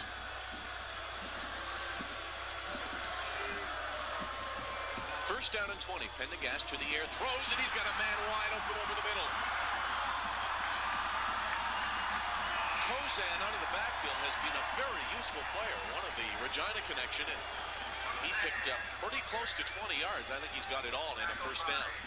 Well, they really caught Ottawa on the blitz. You can see everybody firing, and no one's picked up the back coming out because they're bringing their linebackers, and no one's to account for them. You see number 13, Chris Johnson, has to try and come across, and some good upfield, open field running by Paul Kozan after he catches the football. He did pick up 21 yards in a first down for the Gaels, who lead at 28-7. Here's Elberg. Elberg showed great balance. It looked like, and I think he dropped the ball at the end, but not before they had whistled him down. Great balance and power at the end. I mean, he takes 3 guys to haul him down here at the end. But watch at the end. See if he actually has the ball stripped away. Now, he's carrying the ball in the wrong hand right here. Now, he should have it in the other hand, and that's what happens. See if he has the ball stripped away. Yeah, he has had the ball stripped away. He does not have it when he comes down, but the official didn't see it. Now, he has to put that ball in the left hand when he's running left to keep it away from the pursuit coming from the inside. 10-yard average, better than his average on the year? Right on. That's what he's been averaging all season long. Elberg. Penalty down. Ottawa may have lined up offside. Pendergast throws, and he threw a knuckler out for Jovetic, and it fell at his feet. Hey, you know, that's a case for Pendergast right there. He's trying to aim the ball as opposed to throw it. You know, sometimes you see the receiver, you have a lot of time back there to throw the football.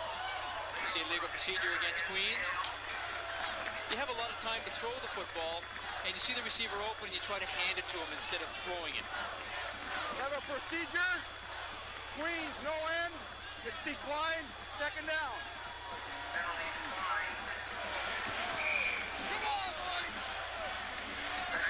Doug Hargraves hasn't seen or heard much that he hasn't liked so far. 28-7. We're just underway in the second half. Michael Landsberg along with Jamie Bone and Tim Pendergast, amongst others.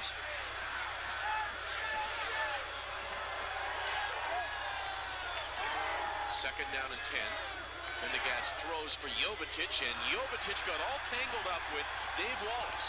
And there are 2 penalties down. One might be on Wallace. And I always like that surprised look on their face, like, me?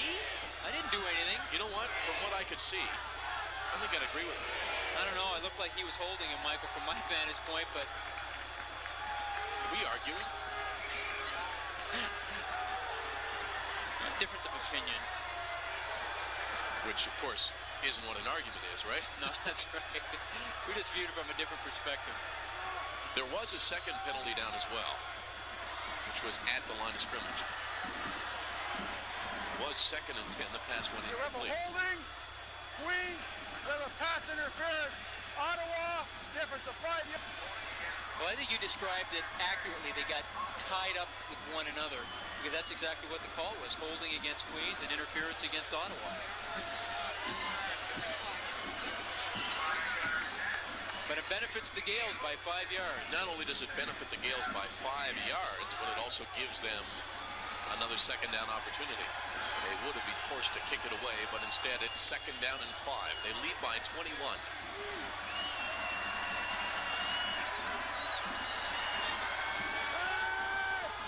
broadcast, waits and throws over the middle and dangerously over the head of Paul Beresford. Getting cold, as it is right now, and getting colder. Like to have those reliable field goal kickers. Well, that was the breeze that Jamie Galloway was kicking into, but he kicked that 36-yard field goal about 15 yards deep.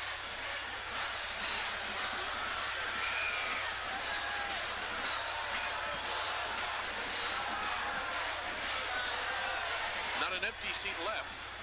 They had this game sold out about 2 weeks ago. It's taken a while for everybody to file in, but now they're here and they're having a great time. Ottawa GGs, 1st and 10 from their 35-yard line. Now, that's something we saw at the end of the first half. Michelli has fine speed to get to the outside. Yes, deceiving speed as well. I don't think that anybody thought that he was going to be able to get around the corner there, but they're trying to run counter here, and they're pulling Dave Barban and Dave Bulmer, number 63 and 65, from the backside. And it looks like he's trapped here, but now he gets around the corner, and he shows some fine acceleration. And Joel Dagnone has to haul him down. They seem to have the backs to perhaps have a more successful offense than they have with Michelli and Joseph. The problem has been passing game, only 5 yards through the air. And it's not that they've been running on every down either. Here's Joseph, and Joseph brought down very quickly from down low. Number 65, Eric Dell.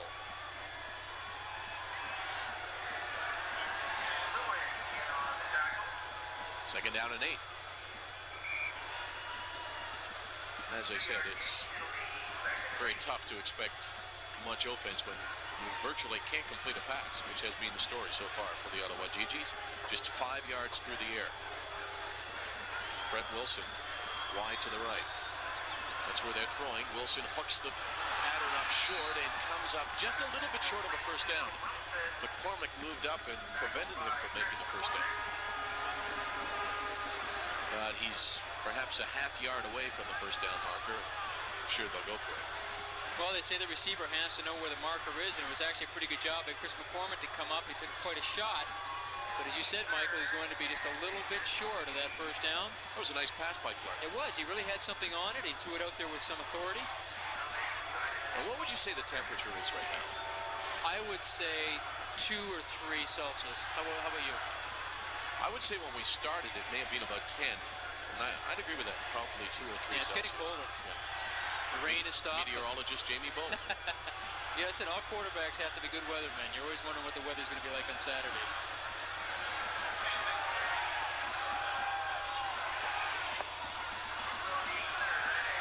No question that from here on out, weather will play a factor. You know, you can build your team a certain way and have early season success when it's sunny and warm, but then when it turns cold and wet, perhaps frozen, it calls for a different kind of game. It's quite a strange set. Yeah, 4 backs in the backfield, 3 remain, and Clark muscles his way ahead for a first down. Didn't come easily, though, for Clark. No, it didn't, actually. There's quite a surge by Eric Dell and Matthew Zeroni and the defensive line for Queens. First down for the Ottawa GGs, their 4th of the game. Other action taking place across the nation. A key game in the OUAA. The Western Mustangs on homecoming weekend lead the Waterloo Warriors by a score of 10-3. Were they figuring on a sellout at J.W. Little? I think it was sold out. I think it was the same situation homecoming weekend down in Western. Also ranked in the top 10, the Laurier Golden Hawks. 10-0 over the York Yeomen. I guess the only surprise there is that it's only 10. The Yeomen beaten last week by the U of T Blues 65-7.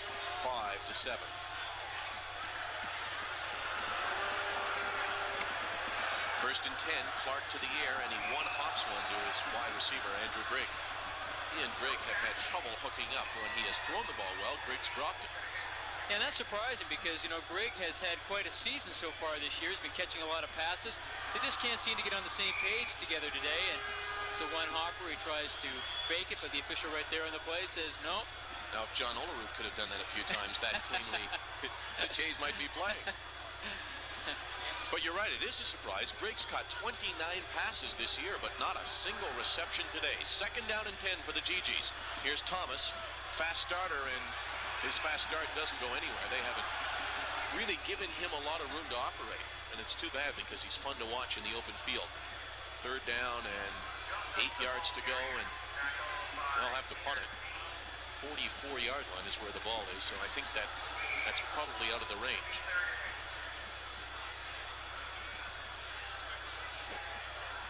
.9:35 to play in quarter number 2. John Hamilton to kick it away.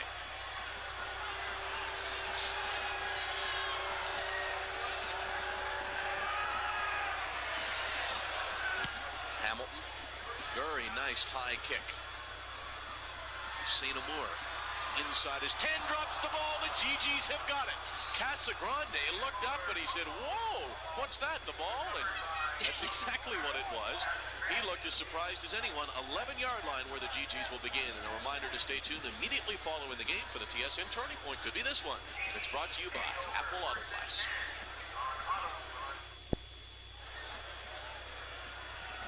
Tom Casagrande is going to be the man on the spot here. As you see, St. Amour, he fumbles the football right here at strip, and it comes almost right into his hand. He did a nice job of fielding and holding on.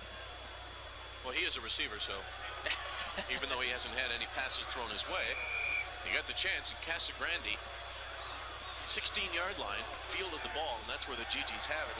While it might be stretching it to say that could be the turning point of the game, clearly if this game's going to turn, it's got to happen right now. Steve Clark's got to find a way to get them in the end zone. The pitch to Darren Joseph, and Joseph loses 4 on the play. He caught the pitch and almost immediately was hit.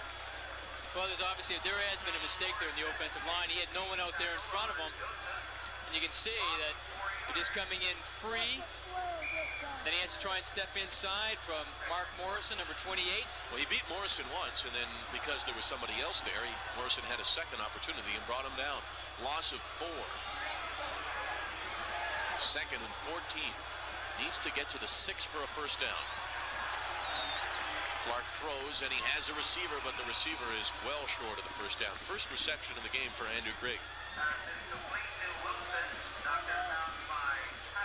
I think if you're Larry Ring, you basically have to go for it here. Oh, yeah, a field goal doesn't do you anything. Now, you know you can probably kick that through. It's not going to help you at all. You have to get some confidence here and try and start running your offense and getting things done and working on that red zone offense when you're inside of the 20. And red zone offense? That's right, inside of the 20 of the opposing team. They call it red zone, and, you know, it's a lot more difficult than you think to try and score because things get a lot tighter in there. You don't have as much room to operate, and the mental psychology of your game changes. Third down, got to make it to the 6-yard line. First thing you got to do is field the snap. He's going to run.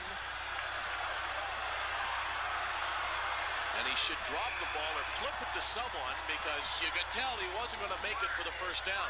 I thought he tried to lateral it or something. I think he was looking to lateral it, but I think maybe he looked at the people he was going to lateral it to and their offensive linemen, and they were going to do a much better job than he was doing. He has had trouble. Snaps a little bit low here. He picks it off the ground. Now, he's looking to run right here. I think he can step up and try and find somebody, but because now if he starts to run, it's very difficult for you to readjust and try to find an open receiver. And I think you were right. It looked as if at one time he was going to pitch it over to Mike McDougall, the offensive guard, number 53, but I just meant at the end there, you may as well try something because you're coming up short of the first down. Gaels have the ball, 13-yard line. Elberg on the carry. Not much running room there. Picked up 3. It'll be 2nd and 7. 7:18 to play in quarter number 3. The Gaels out in front by a score of 31-7. All kinds of generations of Queens. Some from way back and some from way in the future.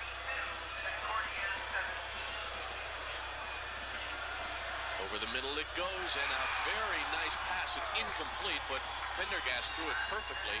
Just a very good coverage, stripping the ball. It was number 41 who made the key defensive play, Eric Lehman. Pendergast seems to be very comfortable throwing the soft pass. He very often chooses just the right trajectory. Yeah, he's very experienced, Michael, and that's one of the things with a quarterback that makes it. They talk about being a thrower or a passer.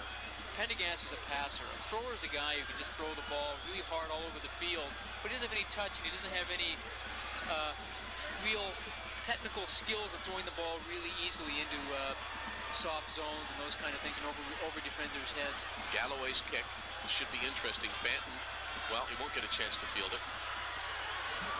Too bad. The Gaels have done a pretty good job of staying away from Chris Banton the one time that he's had the... I'm glad you said that. Important game for the Acadia Axemen. They face St. Avex at the half. They lead it by a score of 12-3. We know that St. Mary's will finish first. It's a battle between Mount Allison and Acadia for second. Meanwhile, the U of T Blues, and this is a very important game over McMaster. We'll talk about the importance of that in a second. Joseph drops the ball. The Gaels have got a free shot at it, and McCormick picks it up. Yeah, I know what you're saying. Joseph is a very talented running back. He exploded through the hole, but he dropped the ball.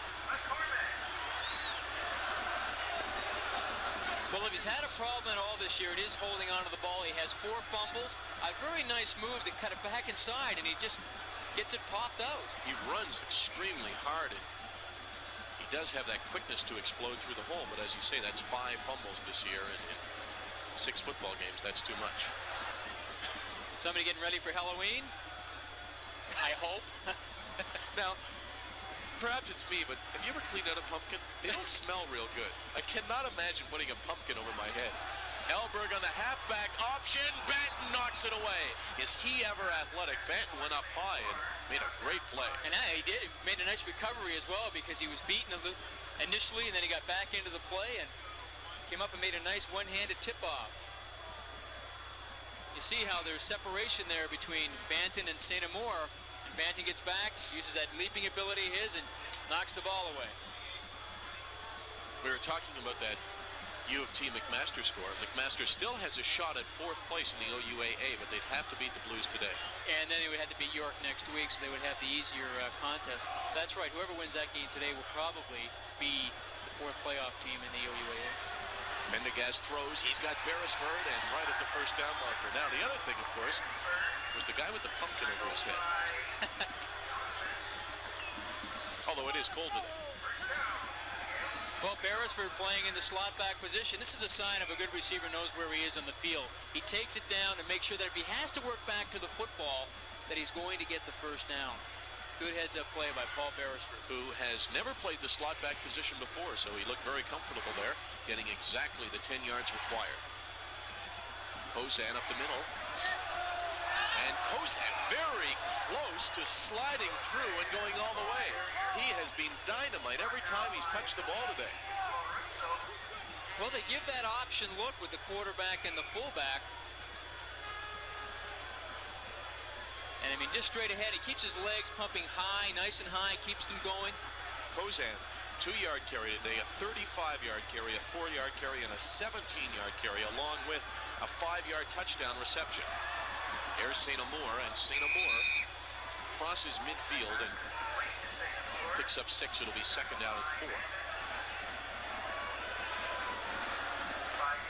You're watching the CIAU on TSN. I'm Michael Landsberg along with Jamie Bone, and we are from Richardson Stadium in Kingston today as they celebrate the 150th anniversary of this fine institution. The past 16 years, they have been guided as a football team by Doug Hargraves, who replaced the legendary Frank Tyndall, and I think whoever replaces Doug Hargraves will be said to be replacing the legendary Doug Hargraves. Elberg, straight ahead. You know, think of Hargraves' position back in the 70s when he took over this job and replaced Frank Tyndall. Late flag on the play.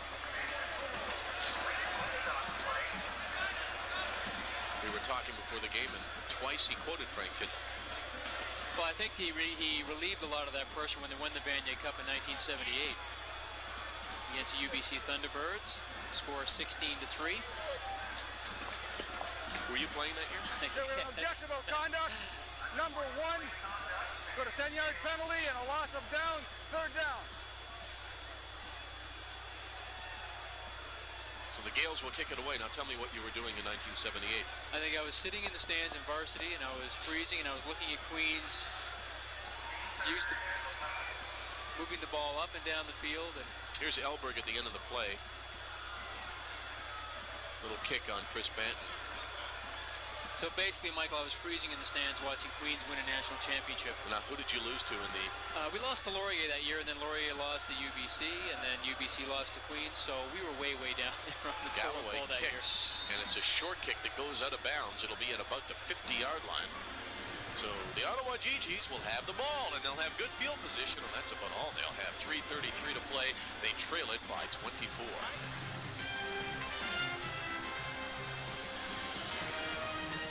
We can assume the guy with the rainbow head is probably a latter-day student as opposed to someone from the past.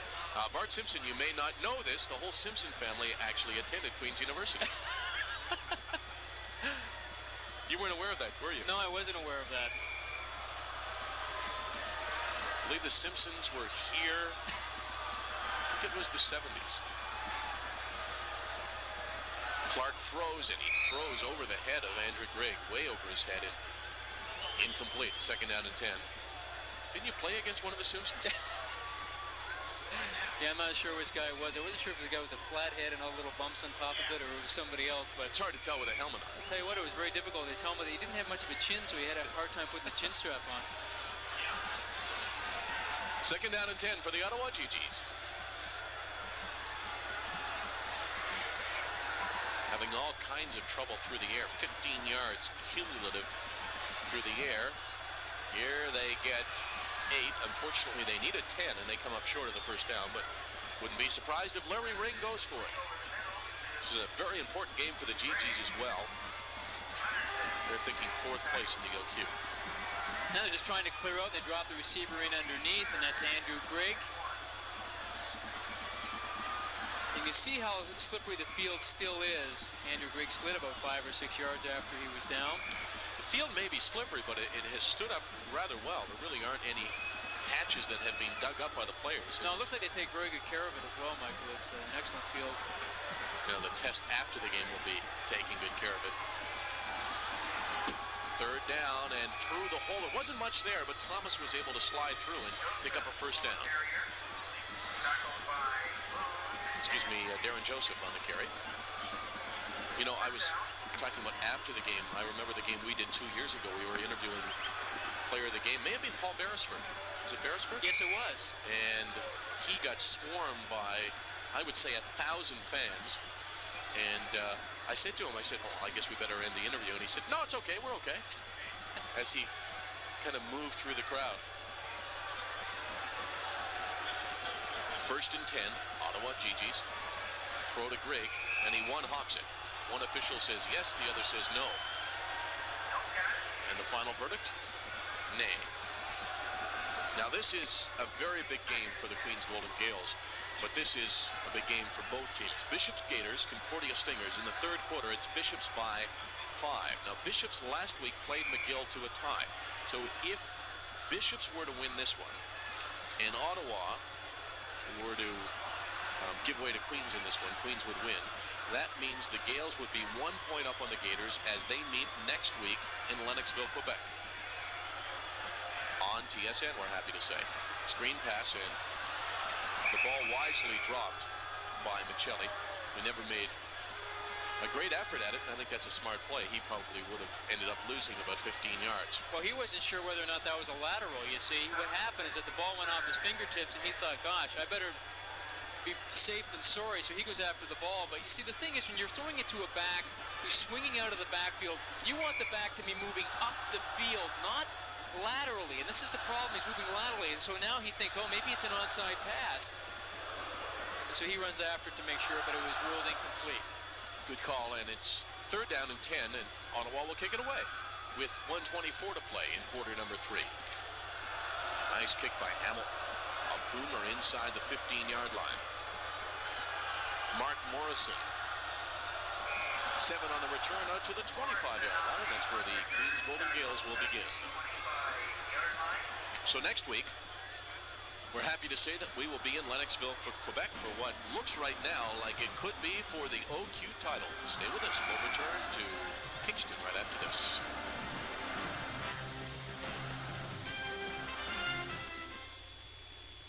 Back to Richardson Stadium. Michael Landsberg along with Jamie Bone. The Queen's Golden Gaels in a game that they have to win to really continue to have a shot at first place. Lead the Ottawa GGs by a score of...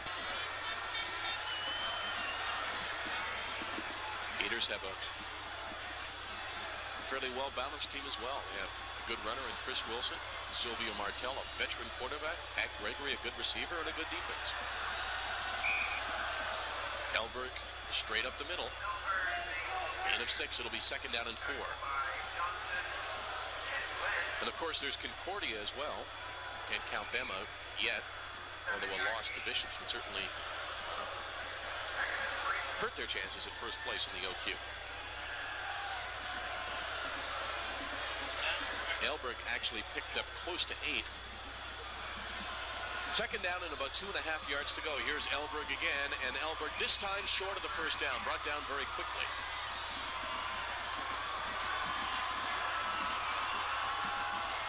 One of the first times today that the GGs have actually held Elberg short of the first down. 17 seconds to play in the third quarter.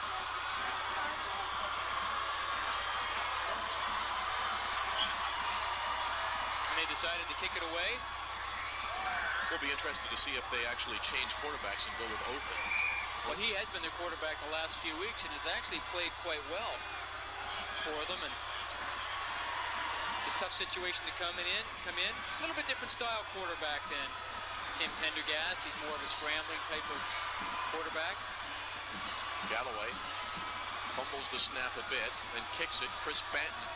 This should be fun to watch. 47-yard line, looks for a hole, and then doesn't end up finding one, but he did draw the no yards penalty as he fielded it cleanly. You know, he may not be quite that small, but when I watch Chris Banton, I see some similarities to the pinball. Yeah, he's very quick that same way. And the other thing I like about Chris Banton is that, and what you just alluded to, he always tries to field the ball. He never allows the ball to drop in front of him if he can help it. He always attacks it. He's aggressive. You can see him looking at all the paint all over him, and he's... Well, the thing about fielding the ball cleanly is there's not much that can happen bad. Yeah, you could fumble the ball, but I'd say 90% of the time you get a no-yard penalty. That's right, because the onus is on the kicking team to locate the ball and to make sure that they don't infringe on that 5-yard. Very tough sometimes to make the tackle because your momentum's taking you downfield, and sometimes you overrun the play, or you're so busy trying to stay out of the 5-yard restraining area that you don't make the tackle. Clark throws down the sidelines for Greg, and what a beautiful pass! Oh, yeah, that's the pass of the game.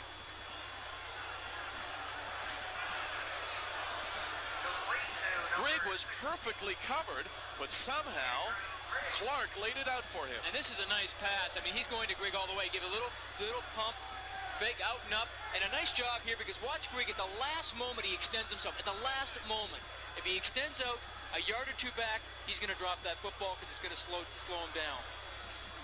Pass interference. Queens, it's declined. First down. End of the quarter. That was a wonderful pass by Steve Clark. The coverage was letter perfect, but Andrew Grigg at the last second made the move for the ball, and the Ottawa GGs have a big play at the end of 3 quarters. Andrew Grigg coming up with the biggest catch of the day, and what a catch it was. He just sticks his hand out and stabs at the football at the last possible moment. There's an interference call on that, but they're going to wave that one off. That would only have been a 15-yard penalty, so they're going to take the catch. See, the key for Grigg on that play was, as you acknowledged, he didn't run with his arms out. He only put them out at the last second, and that really slows you down. That's if you right. run with your arms out. And he needed every bit of speed there to get to the ball. So the GGs have it, first down and goal from the 6-yard line, and here is Darren Joseph for the touchdown. Made it look easy, and the GGs are on the board now offensively. And a nice block out front by Richard Bujold, who is the third running back in their scheme. They stick him in there. We see him coming over to give Darren Joseph a little slap. You're going to see number 30 here. They'll let your screen make a nice block right there. Boom.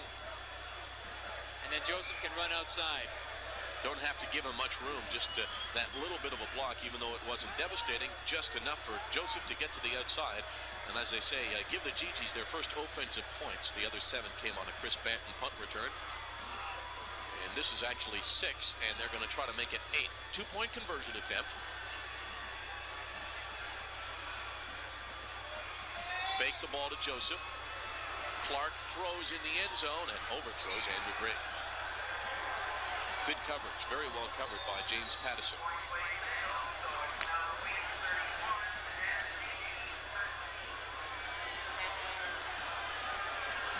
31-13 now.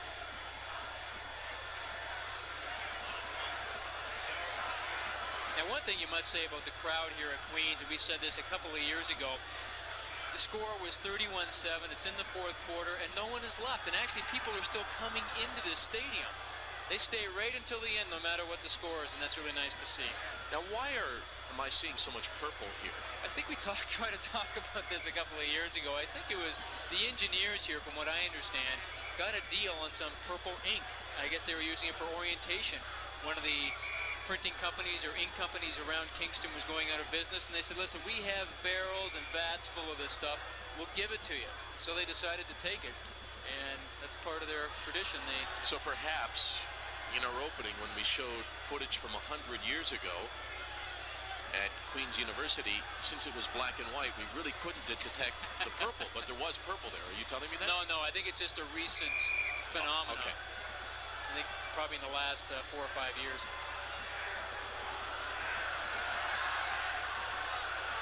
Rick Melnick's kickoff. St. Amour at his 25-yard line, and St. Amour out to the 40-yard line, and that's where Queens will begin. Should the need be there, considering the way history unfolded, it makes those comments even more significant as I walk the line very tightly there. Two-play scoring drive for the Ottawa GGs, 45 yards. And there's Beresford breaking back to the ball in front of Chris Johnson, and Beresford very comfortable running the ball, picked up 9. It'll be 2nd down and 1. Now, I'm a little surprised that Tim Pendergast is still in the football game. But I guess with the score 31-13, Doug Hargraves does not want to send any message to anybody on his football team that this game is done, over, it's won. Because there's still a lot of time left, and you don't want to give Ottawa anything at this point. I'm sure that if they score another one here, I think you'll see Steve Oaken in the football game. Pendergast on 2nd down and less than a yard, picks up more than a yard, and it's 1st down for the Gaels. 13:40 to play. They began football here in 1882. They've won the Grey Cup, the Queen's Golden Gaels, 1922, 23, and 1924. The last university team to win the Grey Cup. And they won 3 Vanier Cups, or excuse me, 2 Vanier Cups. They've been in 3. They won in 1968 over Wolf and Laurier. 1978, we talked about earlier, UBC, and then they lost to Calgary in 1983. Alberg on the carry, and perhaps his shortest gain of the day. It's only a 1, if that. 2nd down and 9. They've got a shot at making it to the Vanier Cup November the 30th, which you'll see on TSN.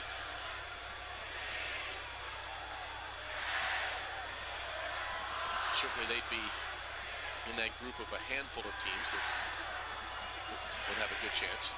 Quick throw, and is that pass interference? Yes, it is. Dave Wallace over the top, and Wallace, I think his celebration will end right here. I don't think there's any question that he interfered. No, and I don't think he would have intercepted the ball unless he had have interfered as well, because he really pushed the receiver out of the way and went right over top of him to make the catch. Now, if he...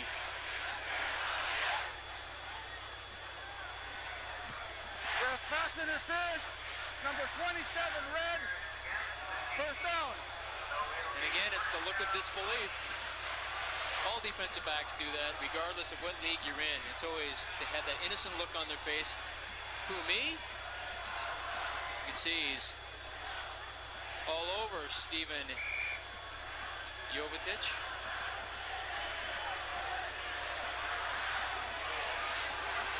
I guess if he could speak, Wallace would say, hey, I'm entitled to the ball too. Pendergast throws quickly. He's got Alberg over the middle. He threw it perfectly. Alberg, 39 yards. What a great pass by Pendergast. What a great catch. A tough over-the-shoulder catch by Brad Alberg. Even tougher when you consider he's a running back and would very seldom get the chance to make this catch. Well, right over the middle, you can see Steve Glenn, the linebacker, is trying to cover him. They have no safety in there. And a great catch. You're not going to catch him when he gets going. That 4.5 40 speed. It seems as though the game plan coming in was match up Alberg with a linebacker, and that's what they've done all through the game. Never with more success than there. And And it's funny how they set it up earlier. They were running it outside, more to the outside, and then in the second half, we've seen them running it inside quite a bit more. Nice pass. I guess he threw it Leonard perfectly. Just lay it out and let him use his 4.5 speed, and he needed all of that 4.5 speed to get there. It's Queens by 25.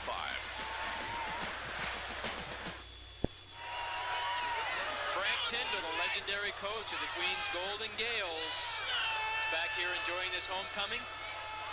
150th birthday of Queens University. And his team's doing him proud today. Never would have given that smile when he was coaching, would you? Probably not. They weren't won till they were won. Galloway kicks it away. Chris Banton. He'll have some room to operate, and let's see what he can do with it. He went 93 yards before. And Banton this time goes about 40. Took a real shot at the end, but bounces right back up. He is a terrific player to watch. Perhaps as entertaining as any across the land. And you know, you look at Chris Banton's stats. He's a leader of kickoff returns in the OQIFC. Now, that sometimes is not a good stat to have, and there's that fantastic haircut. Because that implies that you're receiving the ball a lot. But in fact, in Banton's case here, you can tell he's quite an athlete. I mean, he's accumulating yards because of spectacular returns, not because of the number of returns that he's had. Took a great shot at the end, but bounced right back up. Grigg, nice catch that time. The ball was thrown behind him. Grigg picked up 5. And then ridden down to the ground, but he showed you his ability to adjust to the ball. And that was a nice catch because he got his hips back and shoulders back towards the quarterback. He didn't try to stick out one hand. He just made sure that he got around and squared himself up and made the catch in his hands.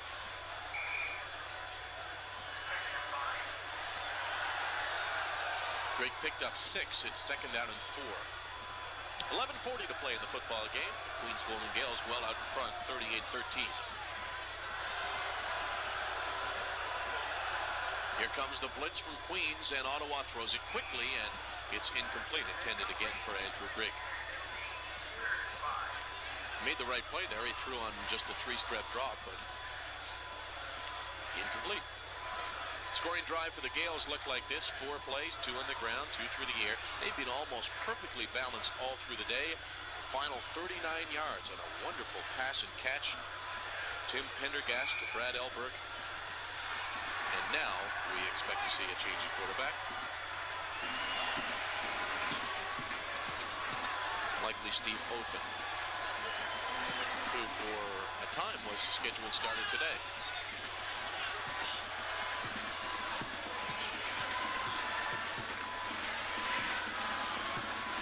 Galloway, lots of time. Excuse me, Hamel. Just St. Amour is going to try to get to the outside, but he's not going to get there. Good coverage by the Ottawa GGs. 10:55 to play in the football game, and it's all Queens as they roll for what they hope will be first place in the OQ.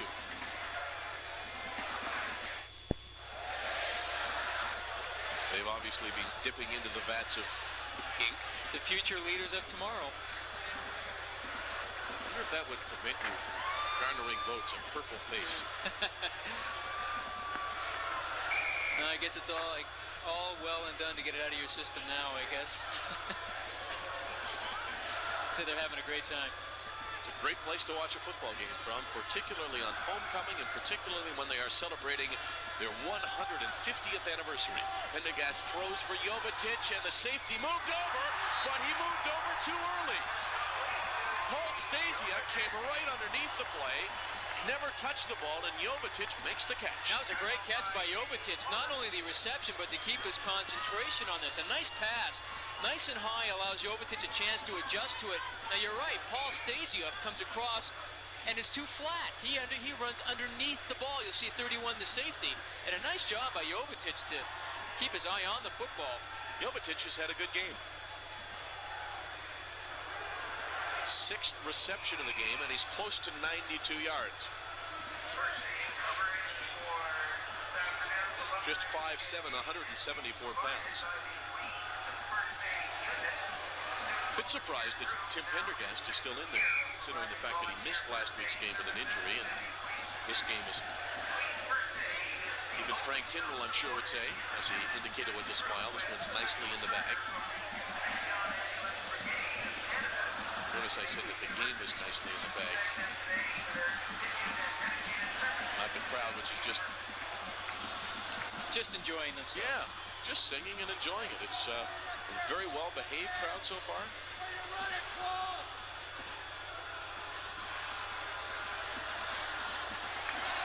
And as you say, the crowd has kind of been filing in all throughout it. It was very rainy early on.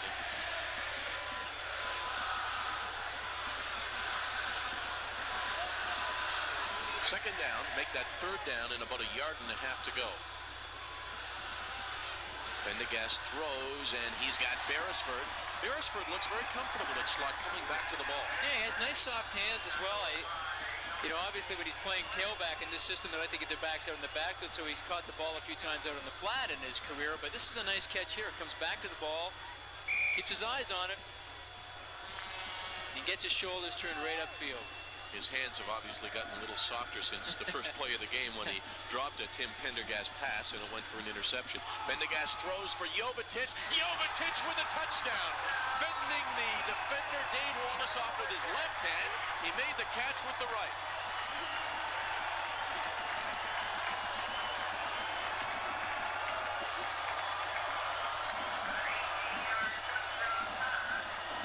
A beautiful pass by Tim Pendergast. High outside. And you're right. Look how he's just kind of fending off Dave Wallace until the ball's there. Nice catch. Make sure that he comes down on his back so the ball doesn't pop away from him.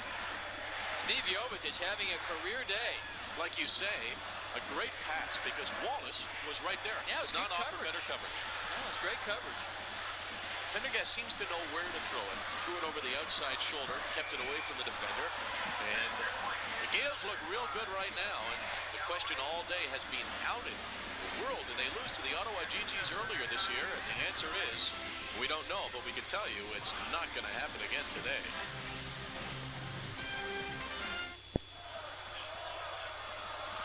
It was tied at 7 at one time, but that now seems like the distant past. 8:53 to play in the fourth quarter, and the Golden Gaels have assumed total control. And we've been wondering when Steve Ofen would come in the football game. I think the answer is likely on its next possession. Queens will have Steve Ofen at quarterback.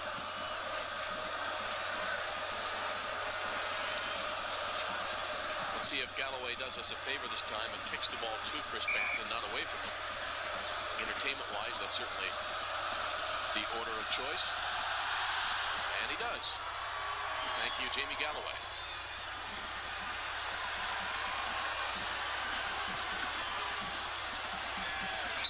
Well, I guess from the standpoint of Queens, let's practice our kick coverage. There's no greater challenge than trying to cover Chris Banton, which they did very well. Banton's return of 16 out to the 35-yard line, and that's where the GGs will begin. With 8:45 to play.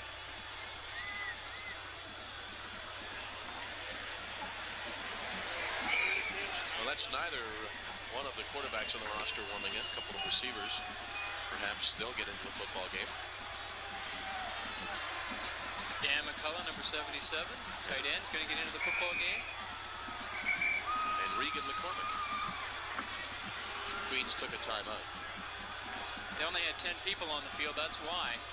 Now 10 isn't even close. No, 10's not even close. They're trying to make substitutions right now, and they just didn't seem to have the right number of people on the field. Well, they completed the substitution halfway. They get the guy off the field.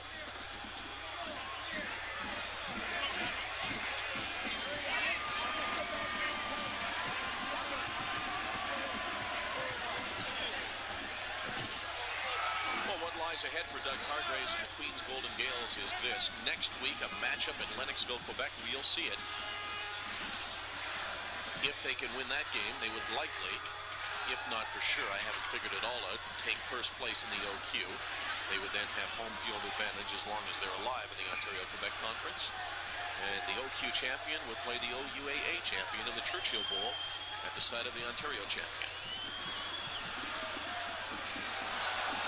Throws a wobbler. Grigg comes back for it, and so does a few other players, and now they fight for the ball, picked off by Joel Dagnoni. Just got away from Steve Clark.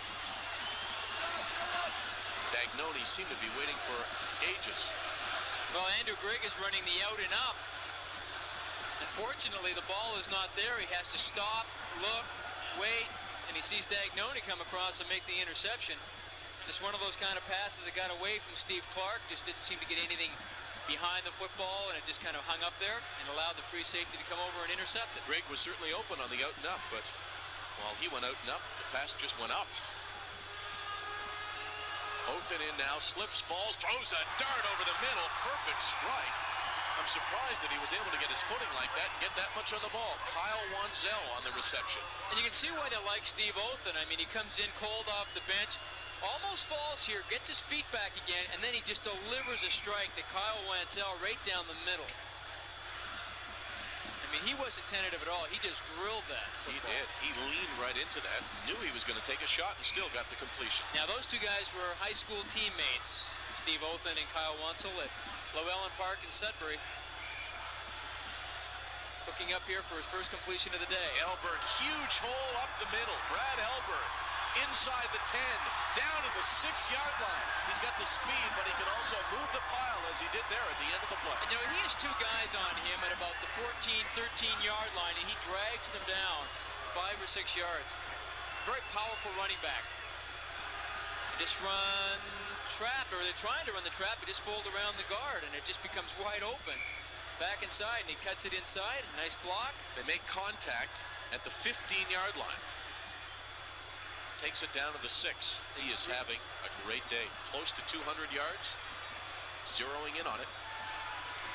Othen throws, and he's got a man at the 1-yard line. Is that Wanzel again? That's Wanzel again. Kyle Wanzel, his father was a quarterback at the University of Alberta. Back in 1967-70s, we take a look at Steve Othen. Nice pass outside and a nice catch by Kyle Wanzel down to the 1-yard line. It's about as long a 5-yard pass as you can throw. Yeah, you really have to be able to throw it far in Canadian football from sideline to sideline. It's a long distance. 1-yard line, second down and goal. And the first carry of the game was that number 35, Don Rorwick? Or was it Kelly Barons, number 25? Rorwick, the ball carrier. Don Rorwick. I think it was Rorwick, and Rorwick comes up short. Third down.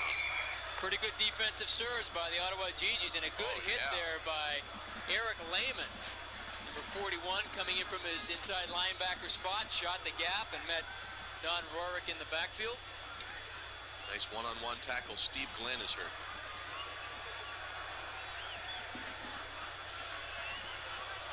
So Queens will improve to 5-1 and be in very good position to take first place in the OQ. But to do that, they'll have to beat the Bishops Gators, 3 o'clock Eastern time, Lennoxville, Quebec. Queens Golden Gaels versus the Bishops Gators. Now, given that Bishops beat Concordia today, the importance of this game for first place throughout the playoffs is that the first place team that has hosted the Dunsmore Cup final, which is the OQ-IFC Championship, the last couple of years has won it. So home field advantage is big in the OQ-IFC. Last year, Queens went down to Bishops. Bishops won the Dunsmore Cup. The year before, it was Ottawa here at Richardson Stadium in Kingston. Queens won it. So home field advantage is very, very important. Now, you said that Bishops had beaten Concordia? I said if they beat Concordia today, it looms big. Okay, yes. I thought you'd said that it was a final. Third down and goal to go from the 1-yard line. The Queens Golden Gaels will win this game. The question is by how much? And the answer right now is a lot. By 6 more. Yes. Othen on the quarterback keeper. He's been very impressive on this drive. 6:03 to play. 51-13 now. The Gaels lead the Ottawa GGs. Well, the good surge by the guys up front, and it's a little high, but they have enough surge that he can just kind of fall over the goal line for the 6 points. He's got some big folks up there in front of him. He's got a big offensive line, 280, 275. As the fans continue to sing. And dance and sway. Might be the best shot of the day right there.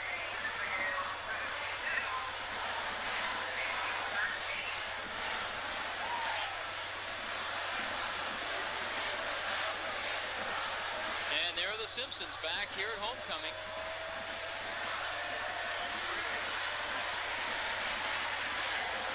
I have to tell you, I find it difficult to say much more. I never watched the show, so of course, even if I did, I probably wouldn't. I wanted to know why Homer had those towels coming out of his ears. You know, that one shot there might do a better job of recruiting than Doug Hargraves could ever hope to do, no matter how much he talked. Sure. Here, what does that say? I mean, it's a Saturday afternoon, and just a whole bunch of kids are having a great time. And it's fun to play in front of a lot of people, and they really get pumped up, and homecoming is a big event all across Canada at all the Canadian universities. Biggest game of the year.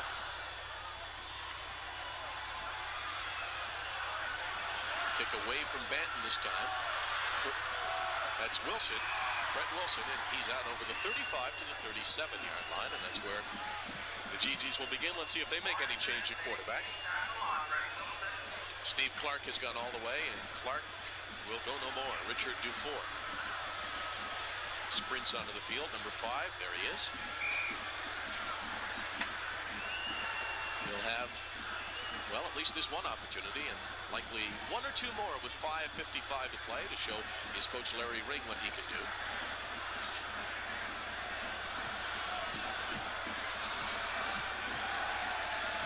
First and 10, 37-yard line. And it's incomplete. It's a pretty tough way to have to come in, running full speed for your life to try to throw that pass. Yeah, it's a real tough pass because he couldn't get upfield. He couldn't get any of his momentum upfield because Peter Hagerman came in from his inside halfback position, put some pressure on him, did not allow him to get outside. Take a look at the back of Richard Dufour. With a very strong CEGEP program in the province of Quebec, a number of fine players going on to CIAU football. He attended Marie Victoria. Native of Quebec City. Second and 10, 37 for Richard Dufour. Dufour throws. He's got Wilson, but Wilson does not have the first down. Nice job by the cornerback, James Patterson, who's played a good game. The gain is only 3, and Ottawa will kick it away again. And one of the things that impressed me today about both McCormick and Patterson is how they close so well to the football. Like, instead of playing off passively and waiting for the receiver to catch the ball, they're really up on him right away. So as soon as he does catch it, he can't get turned upfield to make any kind of yardage. Well, this is a rebuilding year for Larry Ring. His first year as head coach of the Ottawa GGs. I don't think there's any question that there is a job to be done here. At least on this day, they are in Queen's lead. Golden Gaels lead it by a score of 52 to 13. High wobbly kick. Fielded by Morrison on the dead run, and there's what fielding and Cleanley will do. Morrison with a fine return down to the 30-yard line. And I think a spear on top of that.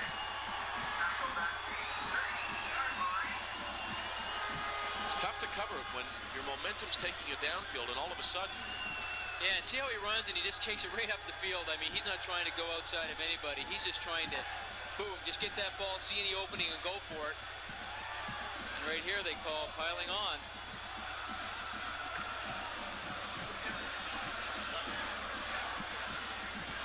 Mark Morrison at his best return of the game. Okotoks. Moves the ball down to the 6-yard line. Made a story from there this week on Sports Desk about a female football player, 14 years of age, playing high school football. Throw over the middle, incomplete. Beresford seemed to be slipping. This one certainly isn't going to slip away from the Gaels. 52-13, 4:19 to play. 14-year-old woman playing, or girl, I guess you'd say, playing high school football. I gather when you played high school football in Halifax, you didn't have any girls on your team. No, we didn't, Michael. It's really changed quite a bit the last couple of years. You see some of them are kickers now, and I believe the female you're talking about was playing defensive back. She was. You saw the story? Yes, I did. Rorick drops the ball, and the Ottawa GGs have got it. Number 55, Sean Clark, picked it up, and GGs, led by their number 2 quarterback, Richard Dufour, will get one more opportunity. I said Rorwick. I'm not sure if it was Rorwick or was it number 25. Yes, it was Kelly Barnes. They've made all kinds of substitutions. Kelly Barnes dropped it. 55. Sean Clark picked it up. Now you're shuffling through your notes all over the place frantically. What are you looking for? Well, I was looking at Okotoks, and I didn't think that was in Ontario. I thought it was in Alberta. And I saw the font come up, and it said Ontario, and I was just trying to look through here in my notes to see whether or not I was incorrect in that or not. But I think you are incorrect. I thought it was on the East Coast, actually. I'm sure we'll get the letters to tell us where it is.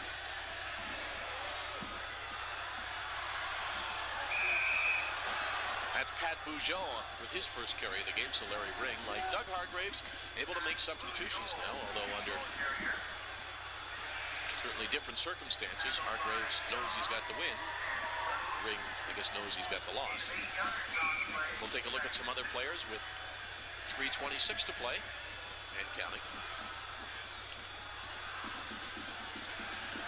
GG's, I guess, would still have a playoff shot. It seems like there are almost 2 divisions within this one conference. 3 fine teams, Bishops, Concordia, and the Queens Golden Gaels, and then 3 struggling teams, McGill. And there is good run support from the defensive back on that side.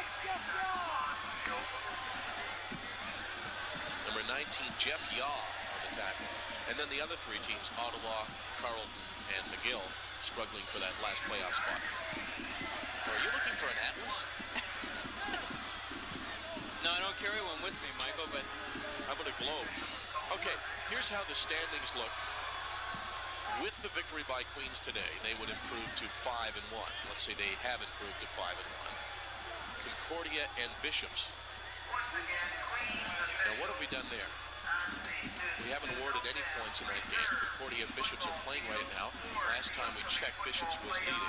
Assuming Bishops wins that one, they'd be a point behind Queens, but they would meet next week, so that one, more than likely, would be for first place. Now, Mark Morrison, you were saying you thought that Okotoks was in Alberta? That's correct. And it is? In Alberta.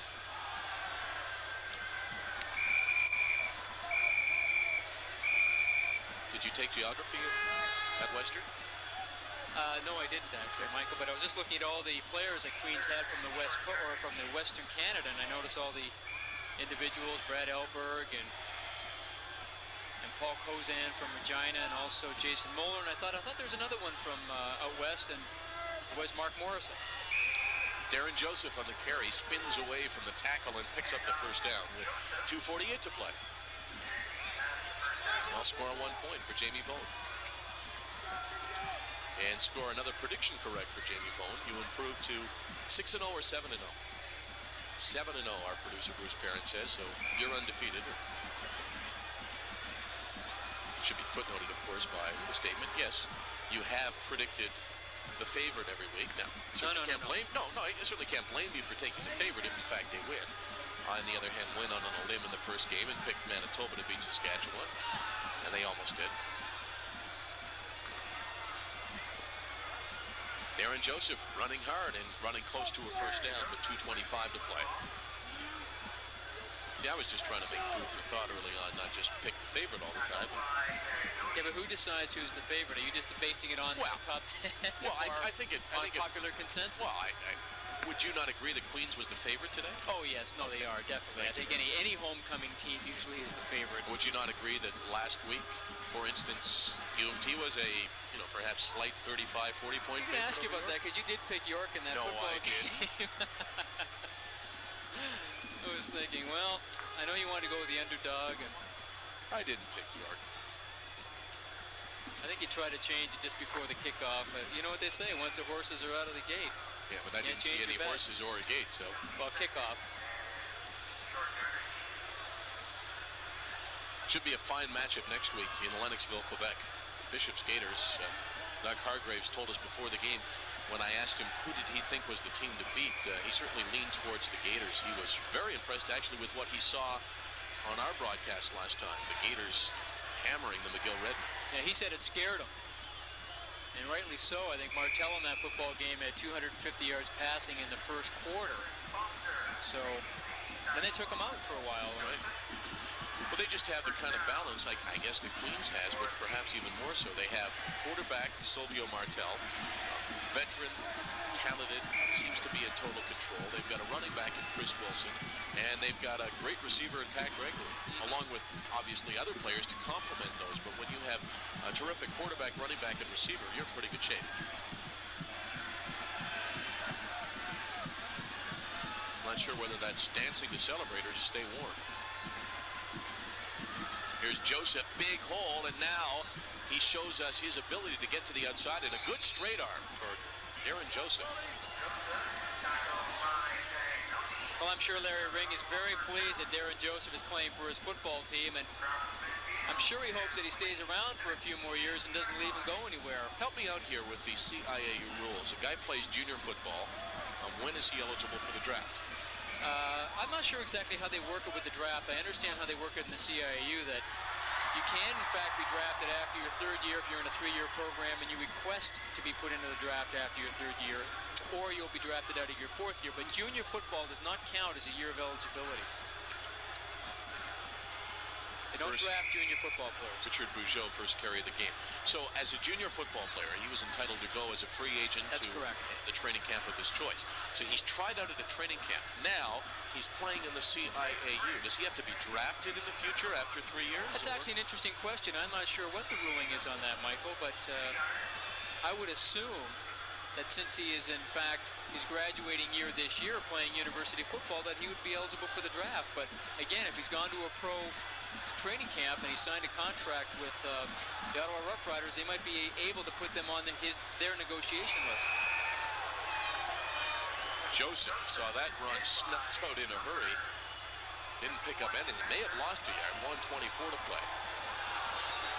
But he continues to run hard, but just no room this time at all. Just didn't get any help. They were trying to run the counter play, pulling the right guard and tackle across. Matthew Zarauni, 6'3", 216 pounds.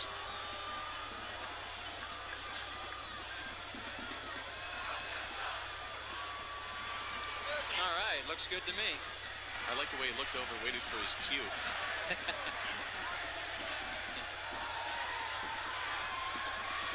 You know, the kickers are never the most athletic looking ones.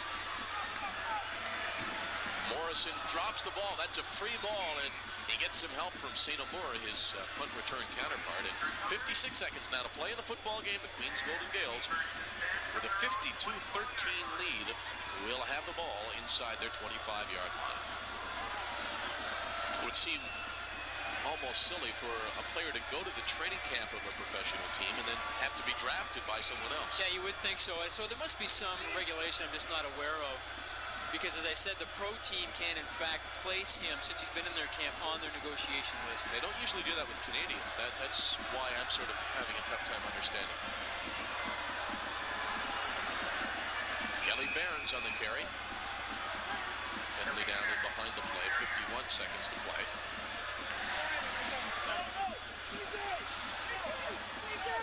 We'll take you all the way to the Vanier Cup, November the 30th, live on TSN from the Skydome in Toronto.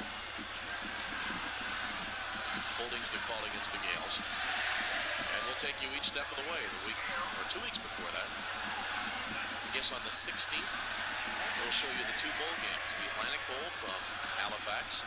That'll be the AUAA champion against the Western champion. And then OQ plays Ontario.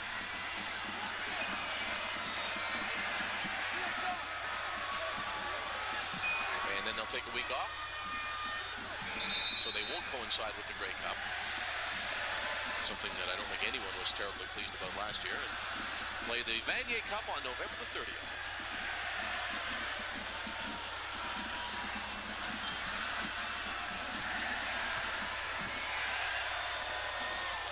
51 seconds to play in homecoming game for the Queens Golden Gaels. Not just homecoming, that certainly doesn't do it justice. They have one of those every year, but how often can you celebrate 150 years?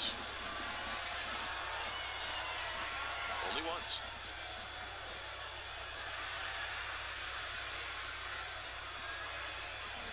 Now a timeout has been called on the field, and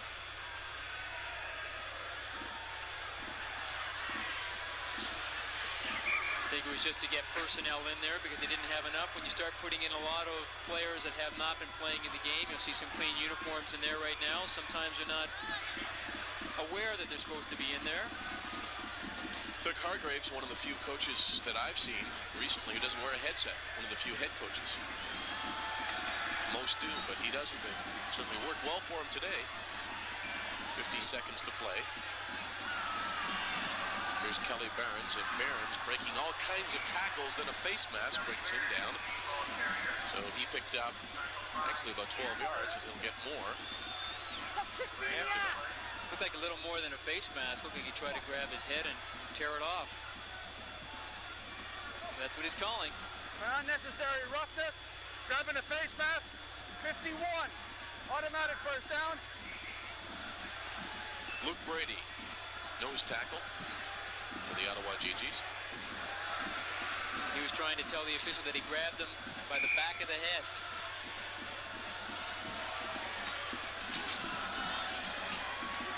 So the Gaels will have a first down as they keep the ball on the ground and try to run out the clock, but with a penalty on every play, and we'll have another one here. It's pretty tough to do. Barron's not able to get to the outside. Bit of run support on that play that the GGs have had for most of the game. Chris Johnson there to prevent him from getting to the corner. Queens move early, but I think that Ottawa will be happy to decline the penalty. I think a lot of us would certainly hope they'll decline it. So a procedure, Queens, it's declined, second down.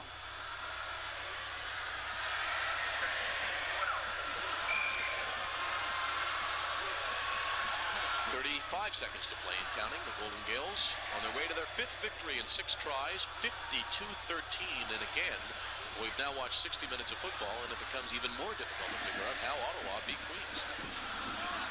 That is a beautiful pass by Oaken, rolling to his left, throwing back across his body, and he threw it perfectly to his high school teammate, Kyle Wanzel. And you know, the key here is watch how Oaken, even though he sees the defender coming up, he works himself up the field. Now, it was hard to see it in that angle, but in fact, he turned and got his momentum going up the field, so in fact, he could make that kind of throw. That was a remarkable pass.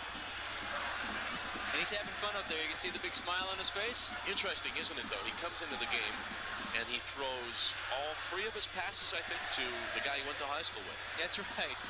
Now, you can tell, though, he's very confident in his ability right now because he had to take over when Tim Pendergast was hurt. Came in, won a few football games for them. You can tell he's having a good time out there this afternoon. Wanzel with 3 receptions. He's only been in there for about 5 plays.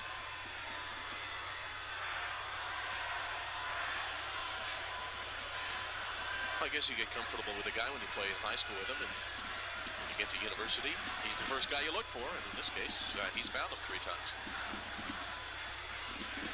18 seconds to play.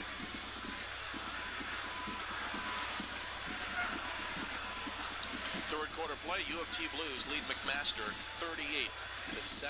So a game that many thought would be rather close certainly isn't, and the U of T Blues now look like they have a lock on 4th place. Not looking at the standings right now, but I think it's pretty well assured that they'll finish 4th. And depending on what happens today between Waterloo and Western, they would usually, I think, face that team in the playoffs. Yeah, I think Lauren King has made a big difference in that U of T football team since he's come back off of the turf toe injury. Question that they desperately missed him. This should be the final play of the game.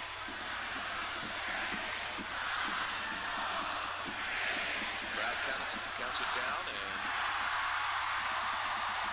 that's it. Final play of the football game. The Queens Golden Gaels with a very impressive victory on homecoming day. They celebrate 150 years of university life at Queens, and even though the final gun is gone, the celebrations continue. Doug Hargraves improves his record to 113.89. Wins his 96th game as a head coach of the Golden Gaels, shaking Larry Rick's hand.